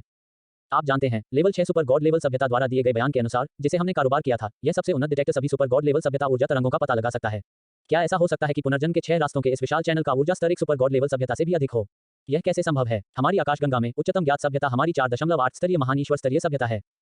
क्या ऐसा हो सकता है कि मिल्की वे में उच्च स्तरीय सभ्यताएं छिपी हों? असंभव, यह बिल्कुल असंभव है। अगर मिल्की वे गैलेक्सी में सभ्यताएं हैं जो हमारे मुकाबले तकनीकी सभ्यता के उच्च स्तर के साथ हैं, तो उन्हें छिपाने की आवश्यकता नहीं है और वे सीधे मिल्की वे को नियंत्रित कर सकते हैं। तो क्या कोई मुझे बता सकता है कि यहाँ क्या हो रहा है? कमांडर कामेना सदमे और भ्रम में तड़प गए। यह सिर्फ इतना है कि कोई भी कमांडर कामेल के सवाल का जवाब नहीं दे सकता है और पुनर्जन्म के 6 रास्तों का विशाल चैनल जो अचानक दिखाई दिया, वह पूरी तरह से यंगहू सभ्यता से इन एलियंस की कल्पना से परे है। रिपोर्ट करें, रिपोर्ट तुरंत, वर्तमान स्थिति हमारे दायरे से परे है, कमांडर कमल ने निर्णायक रूप से कहा। इसी समय यंगहू सभ्यता के मुख्य स्टार के एक के प्रशासनिक क्षेत्र में यंगहू तकनीकी सभ्यता के शीर्ष नेता एक साथ एकत्र हुए। परीक्षण स्टेशन से वापस भेजे गए नवीनतम समाचार प्राप्त करने के बाद यंगजुओ विज्ञान और प्रौद्योगिकी सभ्यता के शीर्ष नेता बेहद हैरान थे। अब क्या करें? पुनर्जन्म चैनल के इस 6 पथ एक उच्च स्तरीय सभ्यता द्वारा विकसित एक नई तकनीक होने की संभावना है। और इस नई प्रकार की तकनीक इतनी अधिक है कि हमारे सबसे उन्नत पहचान उपकरण भी किसी भी जानकारी का पता नहीं लगा सकते हैं। यह एक तुच्छ मामला नहीं है। कृपया इस स्थिति को हमारी सुपर गॉड लेवल सभ्यता को रिपोर्ट करें। अंत में वैज्ञानिक और तकनीकी सभ्यता में उच्चतम अधिकार ने एक निष्कर्ष निकाला। जब यंगजुओ विदेशी सभ्यताओं ने तत्काल चर्चा की और रिपोर्ट करने का फैसला किया तो पुनर्जन्म के 6 रास्तों के विशाल चैनल का विस्तार जारी रहा। इसका दायरा मिल्की वे से परे चला गया है और बाहर की ओर विस्तार करना जारी है। अनगिनत ब्रह्मांड प्राणी जिन्होंने पुनर्जन्म के 6 रास्तों के विशाल चैनल की दृष्टि को देखा, सभी पुनर्जन्म के 6 रास्तों के विशाल चैनल से बेहद हैरान थे जो अचानक दिखाई दिए। इसे पूरे तियानहाई स्टार फील्ड में फैलने में लंबा समय नहीं लगा और मिल्की वे तियानहाई स्टार फील्ड में अधीनस्थ आकाशगंगा है। तियानहाई स्टार फील्ड में सबसे उन्नत सभ्यता सुपर गॉड लेवल सभ्यता है। पूरे तियानहाई स्टार फील्ड में 2 सुपर गॉड लेवल सभ्यताएं हैं। उनमें से एक यंगहो ग्रेट गॉड लेवल सभ्यता, बारिम्बी की सुपर गॉड लेवल सभ्यता की बेहतर सभ्यता है। अन्य एक लैटिन अमेरिका में सुपर गॉड लेवल सभ्यता है। ये 2 सुपर गॉड लेवल सभ्यताएं पूरे तियानहाई स्टार फील्ड पर शासन करती हैं और वे तियानहाई स्टार फील्ड के निरपेक्ष बॉस स्तरीय सभ्यताएं हैं। जब पुनर्जन्म के 6 रास्तों के विशाल चैनल की दृष्टि तियानहाई स्टार फील्ड में फैल गई तो स्काइसिया के स्टार फील्ड में ब्रह्मांड के अनगिनत जीवों ने अपने सिर उठाए और जिस क्षण उन्होंने पुनर्जन्म के 6 रास्तों के विशाल चैनल को देखा वे मिल्की तरीके से ब्रह्मांड से अनगिनत जीवों के रूप में दिखाई दिए। इस समय के दौरान 6 संसार के नाम और कार्य स्वाभाविक रूप से मेरे दिमाग में जाने जाते थे। स्काइसी स्टार फील्ड में अनगिनत ब्रह्मांड जीव इस समय चौंक गए थे। एक लंबे समय के लिए बारिम्बी सुपर गॉड लेवल सभ्यता और लैटिन अमेरिकी सुपर गॉड लेवल सभ्यता शत्रुतापूर्ण प्रतियोगिता की स्थिति में रही है। जब पुनर्जन्म के 6 रास्तों के विशाल चैनल की दृष्टि दिखाई दी तो बारिम्बी की सुपर गॉड लेवल सभ्यता और लैटिन अमेरिका की सुपर गॉड लेवल सभ्यता बहुत कम ही हुई। इस मामले पर 10 बार चर्चा करें और उनका आदान प्रदान करें। यह हमारे अधीनस्थ यंगहो सभ्यता का नवीनतम संदेश है। इस संदेश से कम 2 निष्कर्ष निकाल सकते हैं। सबसे पहले, पुनर्जन्म के 6 रास्तों के इस विशाल चैनल का स्तर बहुत अधिक है। भले ही यंगजुओ की अधीनस्थ सभ्यता यूएस बारम्बी द्वारा आविष्कार किए गए डिटेक्टर का उपयोग करती है, यह किसी भी जानकारी का पता नहीं लगा सकता है। क्या इसका मतलब यह है कि पुनर्जन्म के 6 रास्तों का विशाल चैनल जो अचानक दिखाई दिया एक तकनीकी सभ्यता का स्तर है जो हमारे सुपर गॉड लेवल सभ्यता से बहुत ऊपर है? दूसरी बात, यंगहो की अधीनस्थ सभ्यता द्वारा हमें अपलोड किए गए समय के अंतर से हम यह निष्कर्ष निकाल सकते हैं कि पुनर्जन्म के 6 रास्तों के इस विशाल चैनल का दायरा लगातार फैल रहा है और यह बहुत जल्दी फैल रहा है। आप जानते हैं, मिल्की वे जहां यंगजुओ की सभ्यता स्थित है, बारम्बी सभ्यता से सैकड़ों लाखों प्रकाश वर्ष से अधिक है। फूलों के लिए पूछें, नैनो कंडक्टर ट्रांसमिशन तकनीक के माध्यम से इस संदेश को हमें भेजने के लिए अधीनस्थ सभ्यता को लुभाने में केवल 3 मिनट लगते हैं। यह कहना है, पुनर्जन्म चैनल के 6 रास्ते मिल्की वे से फैल गए जो सैकड़ों लाखों प्रकाश वर्ष दूर है, हमारे समुद्री स्टार क्षेत्र में केवल 3 मिनट में। उपरोक्त सभी प्रासंगिक जानकारी प्राप्त की गई है और हमारी बारिम्बी सभ्यता द्वारा अनुमानित है। कमांडर लाइक, आपके लैटिन अमेरिकी सभ्यता पर साझा जानकारी हमारे समान है। आप इस बारे में क्या सोचते हैं? बारम्बी सभ्यता के कमांडर ने कहा। मैं इसे और कैसे देख सकता हूं? पुनर्जन्म के 6 रास्तों का यह विशाल चैनल एक उच्च स्तरीय सभ्यता द्वारा आविष्कार की गई नवीनतम तकनीक होनी चाहिए। यह रूढ़िवादी रूप से अनुमान लगाया गया है कि यह नियम स्तरीय सभ्यता से ऊपर है। हमारी लैटिन अमेरिकी सभ्यता के सबसे उन्नत डिटेक्टर कुछ नियम स्तरीय सभ्यताओं के ऊर्जा उतार चढ़ाव का पता लगा सकते हैं, लेकिन जब पुनर्जन्म चैनल के इस 6 पथ अचानक दिखाई दिए, यहां तक हमारे सबसे उन्नत डिटेक्टर भी इसके बारे में थोड़ी सी भी जानकारी का पता नहीं लगा सके, लेकिन केवल यह संकेत दिया कि पता लगाने की सीमा पार हो गई थी। इस प्रतिक्रिया को देखते हुए यह केवल एक उन्नत सभ्यता नहीं है कि हमारी सुपर ईश्वर स्तरीय सभ्यता के खिलाफ लड़ सकती है। तो सबसे अच्छी बात यह है कि हम अभी कर सकते हैं, हस्तक्षेप करना नहीं है। अन्यथा उग्र रूप से हस्तक्षेप करते हुए मुझे डर है कि यह अप्रत्याशित तबाही का कारण बनेगा। हालांकि कमांडर लिका बेहद हैरान था, फिर भी उसके पास अपने भाग्य को स्वीकार करने के अलावा कोई विकल्प नहीं था। यह सही है, जब सब कुछ स्पष्ट नहीं है तो हमें वास्तव में दाहदली नहीं करनी चाहिए। बारम्बी सभ्यता के कमांडर इसके बारे में सोचने के बाद सहमत हुए। जब बारम्बी सुपर गॉड लेवल सभ्यता और सी स्टार क्षेत्र में लैटिन अमेरिकी सुपर गॉड लेवल सभ्यता उस दिन चर्चा कर रही थी तो पुनर्जन्म के 6 रास्तों के विशाल चैनल का दायरा तेजी से फैलता रहा। संपूर्ण पृथ्वी ब्रह्मांड की तुलना में यह अधिक है। जैसा कि पुनर्जन्म के विशाल चैनल विसंगति के 6 पथ अधिक से अधिक व्यापक रूप से फैलते हैं, अधिक से अधिक ब्रह्मांड जीवों ने इस दृश्य को देखा। इसके विपरीत, ब्रह्मांड की सभ्यता का स्तर जिसने पुनर्जन्म के 6 रास्तों के विशाल चैनल विसंगति को देखा, वह भी उच्च और उच्चतर हो रहा है और पता लगाने के तरीके अधिक से अधिक उन्नत हो रहे हैं। सुपर गॉड लेवल सभ्यता डिटेक्टर किसी भी जानकारी का पता नहीं लगा सकता है और यहां तक 7वें स्तर के नियम स्तरीय सभ्यता डिटेक्टर किसी भी प्रासंगिक जानकारी का पता नहीं लगा सकते हैं। क्या हमारे अत्याधुनिक डिटेक्टर इसके द्वारा दिए गए फीडबैक परिणाम वास्तव में 100 मिलियन का पता लगाने की सीमा से अधिक है? अध्याय 149 प्रौद्योगिकी द्वारा समझ से बाहर ब्रह्मांड में सबसे मजबूत सभ्यता पागल है। जब एक 7 स्तरीय नियम स्तरीय सभ्यता ने नवीनतम डिटेक्टर का उपयोग पुनर्जन्म के 6 रास्तों के विशाल चैनल विसंगति का पता लगाने के लिए किया और पता लगाने की ऊपरी सीमा से अधिक के परिणाम पर भी प्रतिक्रिया मिली, तो इस 7 स्तरीय नियम स्तरीय सभ्यता के कमांडर हैरान थे और लंबे समय तक यह नहीं कह सकते थे। क्या ऐसा हो सकता है कि पुनर्जन्म चैनल के यह 6 रास्ते 3 ब्रह्मांड स्तरीय सभ्यताओं का नवीनतम तकनीकी उत्पाद है? यह सिर्फ कैसे संभव है? 3 प्रमुख ब्रह्मांड स्तरीय सभ्यताएं पूरे ब्रह्मांड पर शासन करती हैं। हमारे पास अन्य 2 ब्रह्मांड स्तरीय सभ्यताओं के साथ कोई संपर्क नहीं है, लेकिन हमने कभी भी प्रासंगिक वैज्ञानिक अनुसंधान संचालन को अंजाम देने वाली गैंडाया ब्रह्मांड स्तरीय सभ्यता के बारे में नहीं सुना है। हालांकि यह कहना मुश्किल है। आखिरकार यह एक ब्रह्मांड स्तर की सभ्यता है। शायद हमारी बेहतर ब्रह्मांड स्तर की सभ्यता गुप्त रूप से इस योजना को तैनात कर रही है। यह भी संभव है। यह मामला बहुत महत्वपूर्ण है और इसमें देरी नहीं हो सकती। 860 घटना की सच्चाई के बावजूद इसे जल्द से जल्द सूचित किया जाना चाहिए। इस तरह से भले ही भविष्य में कोई परेशानी हो, इसका हमारे साथ कोई लेना देना नहीं है। थोड़ी देर के लिए इसके बारे में सोचने के बाद एक स्तर 7 के नियम स्तरीय सभ्यता के विदेशी कमांडर ने जल्दी से अपना मन बना लिया और इस प्रक्रिया में पुनर्जन्म के 6 रास्तों के विशाल चैनल की विसंगति अभी भी तेजी से फैल रही है। यदि हम कहते हैं कि जब पुनर्जन्म के 6 रास्तों के 6 विशाल मार्ग पहले उभरे तो यह पृथ्वी के स्तर पर एक ग्रह के ऊपर दिखाई देने वाले 6 विशाल मार्गों के बराबर था। फिर जब पुनर्जन्म के 6 रास्तों के चैनल विसंगति में वृद्धि हुई और उस बिंदु तक फैल गया जहां इसे 7 स्तरीय नियम स्तरीय सभ्यता द्वारा खोजा गया था, तो इन 6 विशाल चैनलों में से प्रत्येक एक आकाशगंगा के आकार की तुलना में एक स्तर तक पहुंच गया। यह स्वीकार किया जाना चाहिए कि इस बिंदु पर पुनर्जन्म के 6 रास्तों की दृष्टि इतनी विशाल है कि यह एक विशाल गीत बन गया है। जब 7वें स्तर की शासित सभ्यता ने पुनर्जन्म के 6 रास्तों के विशाल चैनल के बारे में ज्ञान दिया ब्रह्मांड स्तरीय सभ्यता की राक्षसी दृष्टि की सूचना दी, तो पृथ्वी ब्रह्मांड के बीच 2 अन्य ब्रह्मांड स्तरीय सभ्यताएं थीं, जो ब्रह्मांड को फिर से शुरू करने की क्षमता के साथ गुड़ा सुपर यूनिवर्स स्तरीय सभ्यता से प्राप्त हुई। इस मामले के लिए ब्रह्मांड को फिर से शुरू करने की क्षमता वाले 3 ब्रह्मांड स्तर की सभ्यताओं ने पूरा ध्यान दिया है। जैसा कि कहा जाता है, आप अपने स्वयं के मामलों को सबसे अच्छे से जानते हैं। इन तीनों ब्रह्मांड स्तरीय सभ्यताओं को सभी जानते हैं कि उन्होंने पुनर्जन्म चैनल के 6 रास्तों की नई तकनीक का अध्ययन नहीं किया है। निश्चित रूप से ये 3 ब्रह्मांड स्तरीय सभ्यताएं आपसी संदेह में पड़ गईं। वे सभी संदेह कर रहे हैं कि पुनर्जन्म के 6 रास्तों के इस विशाल चैनल पर 2 अन्य ब्रह्मांड स्तरीय सभ्यताओं द्वारा शोध किया गया था। लेकिन यह अज्ञात है कि ब्रह्मांड स्तर की सभ्यता ने निजी में इस तरह की उन्नत वैज्ञानिक और तकनीकी उपलब्धियों को विकसित किया है और आगे की जांच की आवश्यकता है। इस मामले के बारे में गैंडाया, गुडाचो और यारंटी की 3 ब्रह्मांड स्तरीय सभ्यताओं ने इस पर पर्याप्त ध्यान दिया, जिस क्षण उन्होंने अपने संबंधित अधीनस्थ स्तर 7 सभ्यताओं से प्रासंगिक जानकारी प्राप्त की थी। संबंधित मामलों की जांच और अध्ययन के लिए पहली बार एक विशेष जांच टीम का गठन किया गया था। एक लंबे समय के लिए 3 प्रमुख ब्रह्मांड स्तरीय सभ्यताओं में वैज्ञानिक अनुसंधान प्रौद्योगिकी का समान स्तर है और प्रौद्योगिकी इस बिंदु पर विकसित हुई है कि भले ही ब्रह्मांड को फिर से शुरू किया जाए, यह प्रभावित नहीं होगा। ये 3 ब्रह्मांड स्तरीय सभ्यताएं पूरे ब्रह्मांड पर शासन करती हैं और एक दूसरे को नियंत्रित करती हैं। संबंध को जटिल के रूप में वर्णित किया जा सकता है। इसलिए जब पुनर्जन्म विशाल मार्ग के 6 रास्ते सामने आए, तो ये 3 ब्रह्मांड स्तरीय सभ्यताएं इसका लाभ उठाना चाहती थीं। यह सिर्फ इतना है कि इन 3 ब्रह्मांड स्तरीय सभ्यताओं की विशेष जांच टीमों को सफलतापूर्वक स्थापित नहीं किया गया था। पुनर्जन्म के 6 रास्तों के विशाल चैनल की विसंगति इस हद तक फैल गई है कि इसे ब्रह्मांड स्तरीय सभ्यताओं द्वारा देखा जा सकता है। इतनी अजीब बात है, जिस क्षण मैंने इस विशाल मार्ग को देखा, मैं अपने आप को अपने दिमाग में 6 विशाल मार्ग जानता था, जिसे 6 पथों के पुनर्जन्म कहा जाता है। एक ही समय में मैंने पहले कभी भी पुनर्जन्म के 6 रास्तों के बारे में नहीं सुना था, लेकिन जिस क्षण मैं पुनर्जन्म के 6 रास्तों को जानता था, मुझे इसके कार्यों के बारे में सब पता था। क्या यह प्रभाव नहीं है जो केवल अफवाह वाले उच्च स्तर की तकनीक द्वारा प्राप्त किया जा सकता है? नहीं, यह असंभव है। आदर्श तकनीक जिसे हम केवल देख सकते हैं और सुन सकते हैं, वह है यालिंदी ब्रह्मांड स्तरीय सभ्यता और 3 ब्रह्मांडों द्वारा प्रस्तावित एक आदर्श राज्य में प्रौद्योगिकी का स्तर है। हमारे शोध के अनुसार विशाल ब्रह्मांड में प्रौद्योगिकी का यह आदर्श स्तर एक उन्नत क्षेत्र है जो कम से कम 3000 ब्रह्मांड वर्षों के लिए बिल्कुल अछूत है। क्या यह कहना संभव हो सकता है कि पुनर्जन्म दिग्गज चैनल विसंगति के यह 6 रास्ते यालांडी ब्रह्मांड स्तरीय सभ्यता और गुडा सुपर ब्रह्मांड स्तरीय सभ्यता के संयुक्त प्रयासों द्वारा निर्मित नवीनतम तकनीकी उत्पाद है? इस समय गैंडाया ब्रह्मांड स्तरीय सभ्यता द्वारा निर्मित विशेष जांच टीम के कमांडर नादिया, जब उन्होंने पुनर्जन्म के 6 रास्तों के विशाल मार्ग को देखा और जल्दी से उनके दिमाग में कई निष्कर्ष निकाले, तो यह बेहद हैरान था। नवीनतम और सबसे उन्नत ऑलराउंड डिटेक्शन उपकरणों से जुड़ा मुझे सबसे कम समय में पुनर्जन्म के इस 6 रास्तों के बारे में विशिष्ट पहचान जानकारी और डेटा प्राप्त करने की आवश्यकता है। कमांडर नादिया ने सोचते हुए जल्दी से आदेश दिए। ब्रह्मांड स्तरीय सभ्यता के विज्ञान और प्रौद्योगिकी का उन्नत स्तर सभ्यता के अन्य स्तरों द्वारा कल्पनाशील किसी भी तरह से नहीं है। सबसे सरल सादृश्य का उपयोग करने के लिए गैंडिया ब्रह्मांड स्तरीय सभ्यता प्रौद्योगिकी के मामले में अपने अधीनस्थ स्तर 7 नियम आधारित सभ्यता से कम 500 साल आगे है। और स्तर 7 नियम स्तर की सभ्यता 6 सुपर गॉड लेवल सभ्यता के स्तर से 500 से 1000 ब्रह्मांड वर्ष आगे है। स्तर 5 के स्तर 6 के लिए सुपर गॉड लेवल सभ्यता के स्तर 5 महान ईश्वर स्तरीय सभ्यता और विकास के निचले स्तर के साथ उन सभ्यताओं की तुलना में यह शुरुआत में 2 से 3000 ब्रह्मांड वर्ष उन्नत है। यदि पृथ्वी के समय में परिवर्तित हो जाता है, तो एक ब्रह्मांड वर्ष लगभग 10,000 पृथ्वी वर्षों के बराबर है। इससे हम देख सकते हैं कि ब्रह्मांड में विभिन्न स्तरों पर सभ्यताओं के बीच अंतर कितना बड़ा है। और गैंडिया यूनिवर्स स्तरीय सभ्यता के डिटेक्टरों को इतना उन्नत किया गया है कि उन्हें 7 स्तरीय सभ्यता द्वारा कल्पना नहीं की जा सकती है। कमांडर, ओमनी दिशात्मक डिटेक्टर पूरी तरह से सक्रिय हो गए हैं। अत्याधुनिक डिटेक्शन उपकरण 5.7 के कुल 108 सेट एक ही समय में काम कर रहे हैं और उनमें से कोई भी सेट ब्रह्मांड को फिर से शुरू करने की सीमा का पूरी तरह से पता लगा सकता है। पूरे शरीर में एक सफेद रोशनी के साथ एक विदेशी ने कमांडर नादिया से कहा। इसी समय गैंडाया ब्रह्मांड स्तरीय सभ्यता के 108 सेटों का पता लगाने के उपकरणों का पता लगाने के लिए कनेक्शन डिटेक्शन डेटा में प्रवेश करना शुरू कर दिया। यह असंभव है। हमारी गेंडा सभ्यता द्वारा आविष्कार किए गए डिटेक्टर निश्चित रूप से पूरे ब्रह्मांड में सबसे उन्नत हैं। यहाँ तक ब्रह्मांड को पुनरारंभ करने के लिए आवश्यक गणना की भारी मात्रा को आसानी से पता लगाया जा सकता है। हालांकि अत्याधुनिक पहचान उपकरणों के ये 108 सेट एक साथ चल रहे हैं और वे किसी भी प्रासंगिक डेटा का पता नहीं लगा सकते हैं। लेकिन जल्द ही इस परियोजना के संचालन के प्रभारी गैंडिया यूनिवर्स स्तरीय सभ्यता विदेशी ने कहा। अध्याय 150 पुनर्जन्म के 6 रास्ते पूरे ब्रह्मांड में फैल जाते हैं। ताओयाओ को अलग साबित किया जाता है। इस समय ऑपरेटिंग केबिन में एक विशाल प्रकाश स्क्रीन है। सामान्य परिस्थितियों में इस प्रकाश स्क्रीन पर डेटा की एक श्रृंखला प्रदर्शित की जाएगी और ये डेटा को पुनर्प्राप्त किया जाता है और मुख्य ऑपरेटिंग सिस्टम में 108 सेट का पता लगाने वाले उपकरणों को वापस खिलाया जाता है। लेकिन अब परीक्षण उपकरणों के 108 सेटों ने सामान्य रूप से काम करना शुरू कर दिया है। लेकिन मुख्य नियंत्रण प्रकाश स्क्रीन पर एक खाली स्क्रीन है और कोई डेटा नहीं है। कोई डेटा नहीं। मुख्य नियंत्रण प्रकाश स्क्रीन पूरी तरह से खाली है। स्वपरीक्षण कार्यक्रम तुरंत शुरू करें। क्या एक निश्चित कनेक्शन चैनल के साथ कोई समस्या है? इस दृश्य को देखकर कमांडर नादिया को उनके चेहरे पर झटका लगा। इस तरह की स्थिति पहले कभी नहीं हुई है। स्वपरीक्षण कार्यक्रम शुरू किया गया है और परीक्षण शुरू किया गया है। उद्धरण चिन्ह। रिपोर्ट। कमांडर को रिपोर्ट करें। आत्मनिरीक्षण प्रक्रियाएं सभी सामान्य हैं और कोई समस्या नहीं मिली।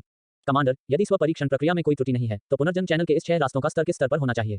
यह निश्चित रूप से एक ऐसा उत्पाद नहीं है जिसे एक एकल ब्रह्मांड स्तरीय सभ्यता आविष्कार कर सकती है। गैंडिया सभ्यता विदेशी जिन्होंने स्वनिरीक्षण कार्यक्रम शुरू किया था, उन्हें हैरान कर दिया गया। 13 कमांडर नादिया उदास दिखते हुए रिक्त मुख्य नियंत्रण प्रकाश स्क्रीन को घूरते हुए और जवाब नहीं दिया। इस समय 6 दया सभ्यता फोन आखिरकार मूल रूप से रिक्त मुख्य नियंत्रण प्रकाश स्क्रीन पर दिखाई दिए। डिटेक्शन लिमिट से अधिक। जब ये 6 शब्द मुख्य कंट्रोल लाइट स्क्रीन पर दिखाई दिए, तो कमांडर नादिया सहित गैंडाया यूनिवर्स स्तर की सभ्यता के सभी एलियन सदमे में दंग रह गए। यह परिणाम उनके लिए बिल्कुल अप्रत्याशित था। अत्याधुनिक पता लगाने वाले उपकरणों के 108 सेट, उनमें से कोई भी सेट स्वतंत्र रूप से ब्रह्मांड की ऊर्जा डेटा जानकारी की गणना कर सकता है। इस समय 108 सेट का पता लगाने के उपकरण एक साथ काम कर रहे हैं, जो कि ब्रह्मांड के 108 गुना का पता लगाने और समृद्ध करने के बराबर है। लेकिन अब इतनी बड़ी मात्रा में पता लगाने की गणना के साथ प्राप्त परिणाम पता लगाने की सीमा से अधिक है। इस समय कमांडर नादिया ने आकाश में 6 अतुलनीय रूप से विशाल मार्ग को देखा और उसके दिल में घबराहट की भावना अचानक बिना किसी कारण के उत्पन्न हुई। पुनर्जन्म चैनल के यह 6 पथ न केवल एक एकल ब्रह्मांड स्तरीय सभ्यता के लिए आविष्कार करने के लिए असंभव है, भले ही गैंडाया, गुडाचो और यारंटी के 3 ब्रह्मांड स्तरीय सभ्यताएं एक साथ काम करती हैं, वे निश्चित रूप से इस पर शोध नहीं कर पाएंगे। यह निश्चित रूप से एक उत्पाद है जो अब तक ब्रह्मांड प्रौद्योगिकी के वर्तमान उच्चतम स्तर की ऊपरी सीमा से अधिक है। मुझे यह भी संदेह है कि यह एक निश्चित ब्रह्मांड तकनीकी सभ्यता की वैज्ञानिक अनुसंधान उपलब्धि नहीं है। शायद यह एक बहुत ही दुर्लभ प्राकृतिक उत्पाद घटना है। नादिया बड़बड़ाया। जब सबसे उन्नत पता लगाने वाले उपकरणों के 108 सेट एक साथ चल रहे थे, लेकिन परिणाम अभी भी पता लगाने की सीमा से अधिक था, तो नादिया के दिल में एक बहुत मजबूत विचार दिखाई दिया। अर्थात इस समय नादिया अपने विश्वास में बहुत दृढ़ है कि भले ही गुदाचो और यालिंडी की 2 ब्रह्मांड स्तरीय सभ्यताएं बिना किसी संदेह के सहयोग करती हैं और सभी साझा सहयोग मॉडल को पूरी तरह से खोलती हैं, वे निश्चित रूप से इस तरह के स्तर को विकसित करने में सक्षम नहीं होंगे। का उत्पाद। पहले, नादिया का यह भी मानना कि आदर्श तकनीक जिसे केवल देखा और सुना जा सकता है, की तुलना पुनर्जन्म के 6 रास्तों के विशाल चैनल विजन के साथ की जा सकती है। लेकिन अब नादिया को यह भी लगता है कि भले ही उनका तकनीकी स्तर वास्तव में आदर्श तकनीक के स्तर तक पहुंच सकता है जो केवल देखा और सुना जा सकता है, मुझे डर है कि वे पुनर्जन्म चैनल विजन के 6 रास्तों के स्तर तक नहीं पहुंच सकते। सभी परीक्षण बंद करो, सुलझाओ और रिपोर्ट करें। कमांडर नादिया ने एक पल के लिए विचार करने के बाद एक आदेश दिया। उसी समय गुडा की सुपर ब्रह्मांड सभ्यता और यालिंडी ब्रह्मांड की सभ्यता में जिनपिंग के लिए भी यही बात हुई। ब्रह्मांड स्तरीय सभ्यताओं के लिए ये 3 विशेष जांच टीमों को लगभग एक ही समय में स्थापित किया गया था और सीलिंग और रिपोर्टिंग भी लगभग एक ही समय में पूरी हो गई थी। इस घटना ने 3 प्रमुख ब्रह्मांड स्तरीय सभ्यताओं पर एक बहुत मजबूत प्रभाव डाला। वे बहुत ही स्पष्ट रूप से किसी भी परिणाम की घोषणा नहीं करते थे। पूरी तरह से मूक रवैये पर रखें, जैसे कि पुनर्जन्म चैनल विजन के 6 रास्तों के रूप में ऐसी कोई चीज नहीं है। यह निश्चित रूप से गैंडिया, गुदाचाओ और यारंटी की 3 ब्रह्मांड स्तरीय सभ्यताओं का अभ्यास है। वास्तव में गुप्त रूप से ये 3 ब्रह्मांड स्तरीय सभ्यताएं बहुत ईमानदारी से मिलीं और उन्होंने बातचीत करने के बाद उन्होंने गुप्त रूप से अत्यधिक उच्च विनिर्देशों के साथ एक संयुक्त परीक्षण किया। यह सिर्फ इतना है कि जब 3 ब्रह्मांड स्तरीय सभ्यताएं इसका पता लगाने के लिए एक दूसरे के साथ सहयोग करती हैं, तो वे जो निष्कर्ष निकालते हैं वह अभी भी 6 शब्द है जो पता लगाने की सीमा से अधिक है। इस बार 3 प्रमुख ब्रह्मांड स्तरीय सभ्यताएं पूरी तरह से हैरान थीं। उन्होंने इसे बाहरी दुनिया में प्रचारित नहीं किया, चूंकि ये 3 ब्रह्मांड स्तरीय सभ्यताएं चुप्पी की स्थिति में गिर गईं। पूरे पृथ्वी ब्रह्मांड पुनर्जन्म के 6 रास्तों के विशाल चैनल विजन की प्रतिभा से रोशन भी बेहद चुप हो गया। पुनर्जन्म के 6 रास्तों के विशाल चैनल की तेजी से वृद्धि के दौरान, क्योंकि यह ताइओ के साथ निकटता से जुड़ा हुआ है, जहां भी पुनर्जन्म के 6 रास्तों के विशाल चैनल की चमक, ब्रह्मांड में अनगिनत जीव हैं, जिसमें सभी स्तरों की सभ्यताओं की प्रतिक्रियाएं शामिल हैं, जो कि सभी स्पष्ट रूप से यांग के लिए संवेदी थे। पिछला पृथ्वी ब्रह्मांड तुयांग की भावना के लिए सिर्फ 2 शब्द है, विशाल। भले ही ये यांग ने आत्मा खोज के माध्यम से यादों की खोज की है, लेकिन सर्वनाश सभ्यता में एलियंस की यादों को पढ़ें और पृथ्वी ब्रह्मांड की संबंधित स्थितियों के बारे में सीखा, लेकिन सामान्य तौर पर यह भावना की ब्रह्मांड ये यांग में लाता है, अभी भी थोड़ा अस्पष्ट है। लेकिन यह अब अलग है। जब ताओयाओ ने संसार में बदल दिया और 756 पथों के पुनर्जन्म मार्ग का निर्माण किया, तो पूरे पृथ्वी ब्रह्मांड को व्यापक और कवर करते हुए ये यांग यूरो ट्रेडमार्क साइन की धारणा में उन्हें पूरे पृथ्वी ब्रह्मांड की बहुत स्पष्ट समझ है। सीखना। बेशक ये यांग की भावनाएं पूरी तरह से ताइओ से पढ़ी जाती हैं। इसका मतलब यह नहीं है कि ये यांग ने यह सब अपनी आंखों से देखा था। ये 2 पूरी तरह से अलग अवधारणाएं हैं। पुनर्जन्म के 6 रास्ते एक विशाल चैनल विसंगति है और इसका दायरा संपूर्ण पृथ्वी ब्रह्मांड को कवर करता है। इस अवधि के दौरान हर पल पृथ्वी ब्रह्मांड के अनगिनत प्राणियों के लिए एक अवर्णनीय यातना है। यहाँ तक 3 प्रमुख ब्रह्मांड स्तरीय सभ्यताओं को नहीं पता है कि पुनर्जन्म दृष्टि के 6 रास्तों की अचानक उपस्थिति का क्या अर्थ है। तकनीकी सभ्यता के निचले स्तरों के साथ अकेले अन्य सभ्यताओं को जाने दें। जैसे जैसे समय बीतता है, पुनर्जन्म के 6 रास्तों की विशाल चैनल दृष्टि सिर्फ ब्रह्मांड की उच्च ऊंचाई का पता लगाती है, जिससे ब्रह्मांड के सभी प्राणियों को पृथ्वी पर इसे देखने की अनुमति मिलती है। मेरा काम हो गया। यह स्थिति लगभग 10 दिनों तक चली और अचानक ये यांग के दिमाग में एक कूदने वाली आवाज थी। ताओ याओ का आंकड़ा उभरा, थोड़ा भ्रम दिख रहा था। उसने मंत्रों का एक सेट खेलना शुरू कर दिया और पुनर्जन्म के 6 रास्तों की विशाल दृष्टि ने वसूली और सामंजस्य के संकेत दिखाना शुरू कर दिया। जैसा कि ताओ ने कार्य करना जारी रखा, पूरे पृथ्वी ब्रह्मांड को कवर करने वाले पुनर्जन्म के 6 रास्तों की दृष्टि आखिरकार फैलने लगी। अध्याय 151 ताइओ मुद्रास्फीति को पार करता है। तुयांग द्वारा मंजूरी दी गई वास्तव में यह विघटित करने के लिए नहीं कहा जा सकता है, लेकिन पुनर्जन्म के 6 रास्तों के विशाल चैनल विसंगति जो ताओ के आसपास घनीभूत होने लगी। 10 दिन पहले ताओ याओ समसारा बन गए। 6 विशाल समसारा चैनल विसंगतियां पूरे पृथ्वी ब्रह्मांड में एक अविश्वसनीय रूप से तेज तरीके से फैल गईं। 10 दिन बाद ताओ याओ एक ताओवादी बन गया और लून के चैनल की दृष्टि जल्दी से संघनित हो गई। इस दृश्य में अनगिनत ब्रह्मांड जीवों की नजर में प्रस्तुत दृश्य 6 विशाल समसारा चैनलों की दृष्टि है, जो एक महासागर की लहर के ईद की तरह सिकुड़ते हैं। अनगिनत ब्रह्मांड जीव इस दृश्य को देखकर उनके दिलों में राहत की लंबी सांस महसूस करने में मदद नहीं कर सकते थे। आखिरकार पिछले 10 दिनों में पूरे पृथ्वी ब्रह्मांड को पुनर्जन्म चैनल विसंगति के विशाल 6 रास्तों की प्रतिभा में डूबा दिया गया है। इस तरह के भारी दबाव को 2 शब्दों में नहीं समझाया जा सकता है। यह भावना विशेष रूप से गैंडाया, गुदाचाओ और यारंटी 3 ब्रह्मांड स्तरीय सभ्यताओं के प्राणियों के लिए स्पष्ट है। पुनर्जन्म के विशाल चैनल विसंगति के 6 रास्ते बहुत जल्दी संघनित हो गए और ताओ पर पूरी तरह से संघनित होने में आधे दिन से भी कम समय लगा। पुनर्जन्म के विशाल चैनल विजन संघनन और शरीर में जोड़ने के 6 रास्तों के साथ ताओ का शरीर असत्य से ठोस में बदल गया। इतना ही नहीं, ताओ के शरीर ने एक अवर्णनीय महिमा का खुलासा किया। उस समय जब पुनर्जन्म चैनल के 6 रास्तों की दृष्टि पूरी तरह से संघनित थी, ताओ के शरीर में एक कुरकुरा खुर की ध्वनि थी। यह क्लिक करने वाली ध्वनि तुरंत पृथ्वी ब्रह्मांड की गहराई में और बहुआंग ब्रह्मांड जीवों की आत्माओं में फैली हुई है। मानो उसके शरीर में किसी तरह की झोंपड़ी टूट गई हो। ताओ याओ की आभा अचानक तेजी से बढ़ गई। इस समय ताओ याओ ने सफलतापूर्वक टुकड़ी में कदम रखा। इसी समय एक अतुलनीय रूप से भयानक राजसी आभा टियाओटियन से निकली। महिमा की यह आभा भी सीधे आत्मा में प्रवेश करती है। पृथ्वी ब्रह्मांड में सभी जीवित प्राणियों ने इस महिमा को महसूस किया और उन सभी ने अनजाने में नीचे गिरा दिया।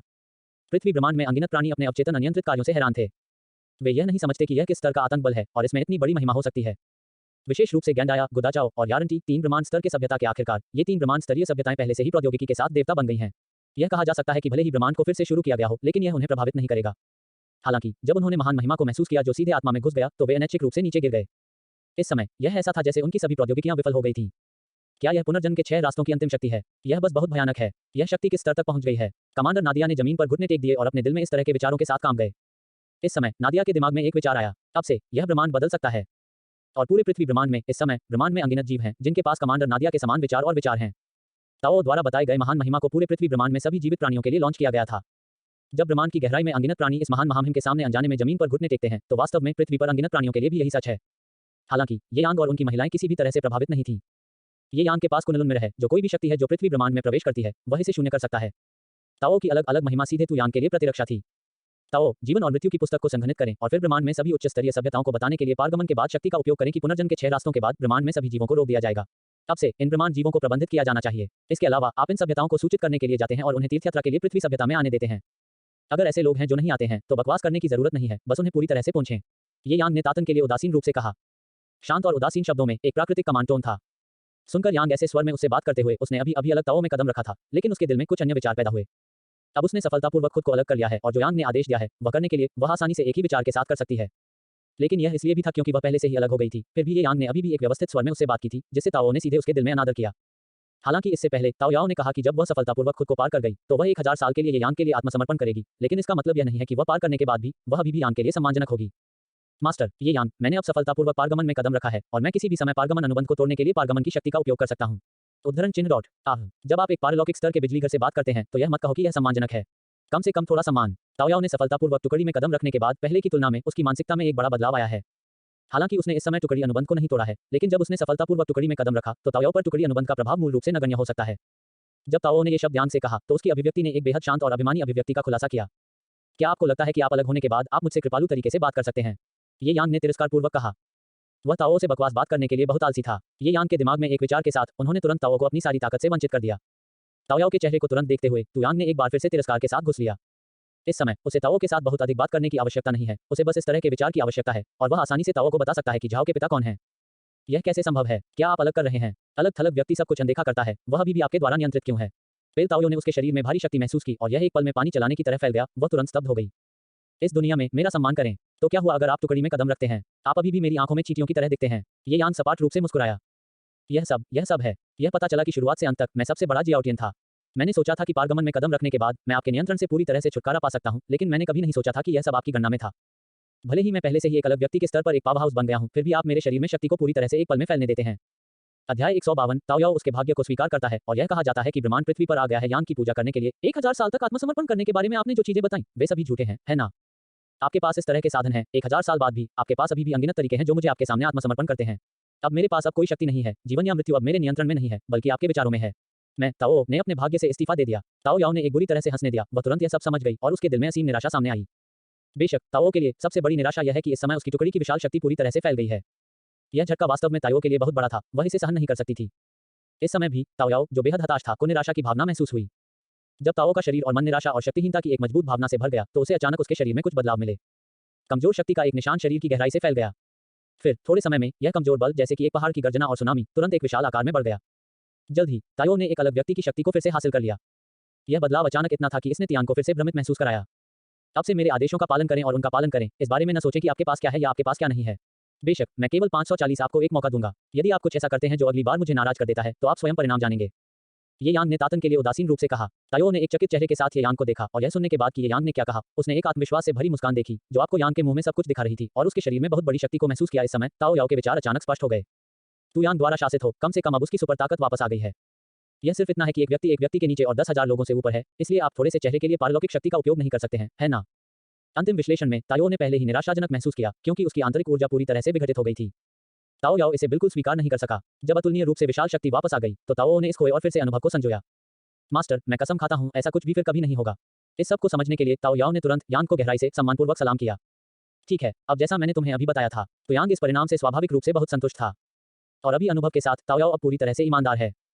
वह बकवास नहीं कर रही है, लेकिन ये यांग के निर्देशों के बाद वह पूरे पृथ्वी ब्रह्मांड की ध्वनि को फैलाने के लिए पुनर्जन्म के 6 रास्तों का उपयोग करती है। देवताओं और देवताओं की शक्ति एक का एकमात्र क्षेत्र है जो आपको देखने और प्रस्तुत करने की आवश्यकता है। ब्रह्मांड में सभी उच्च स्तरीय सभ्यताएं एक तीर्थयात्रा के लिए पृथ्वी पर आती हैं।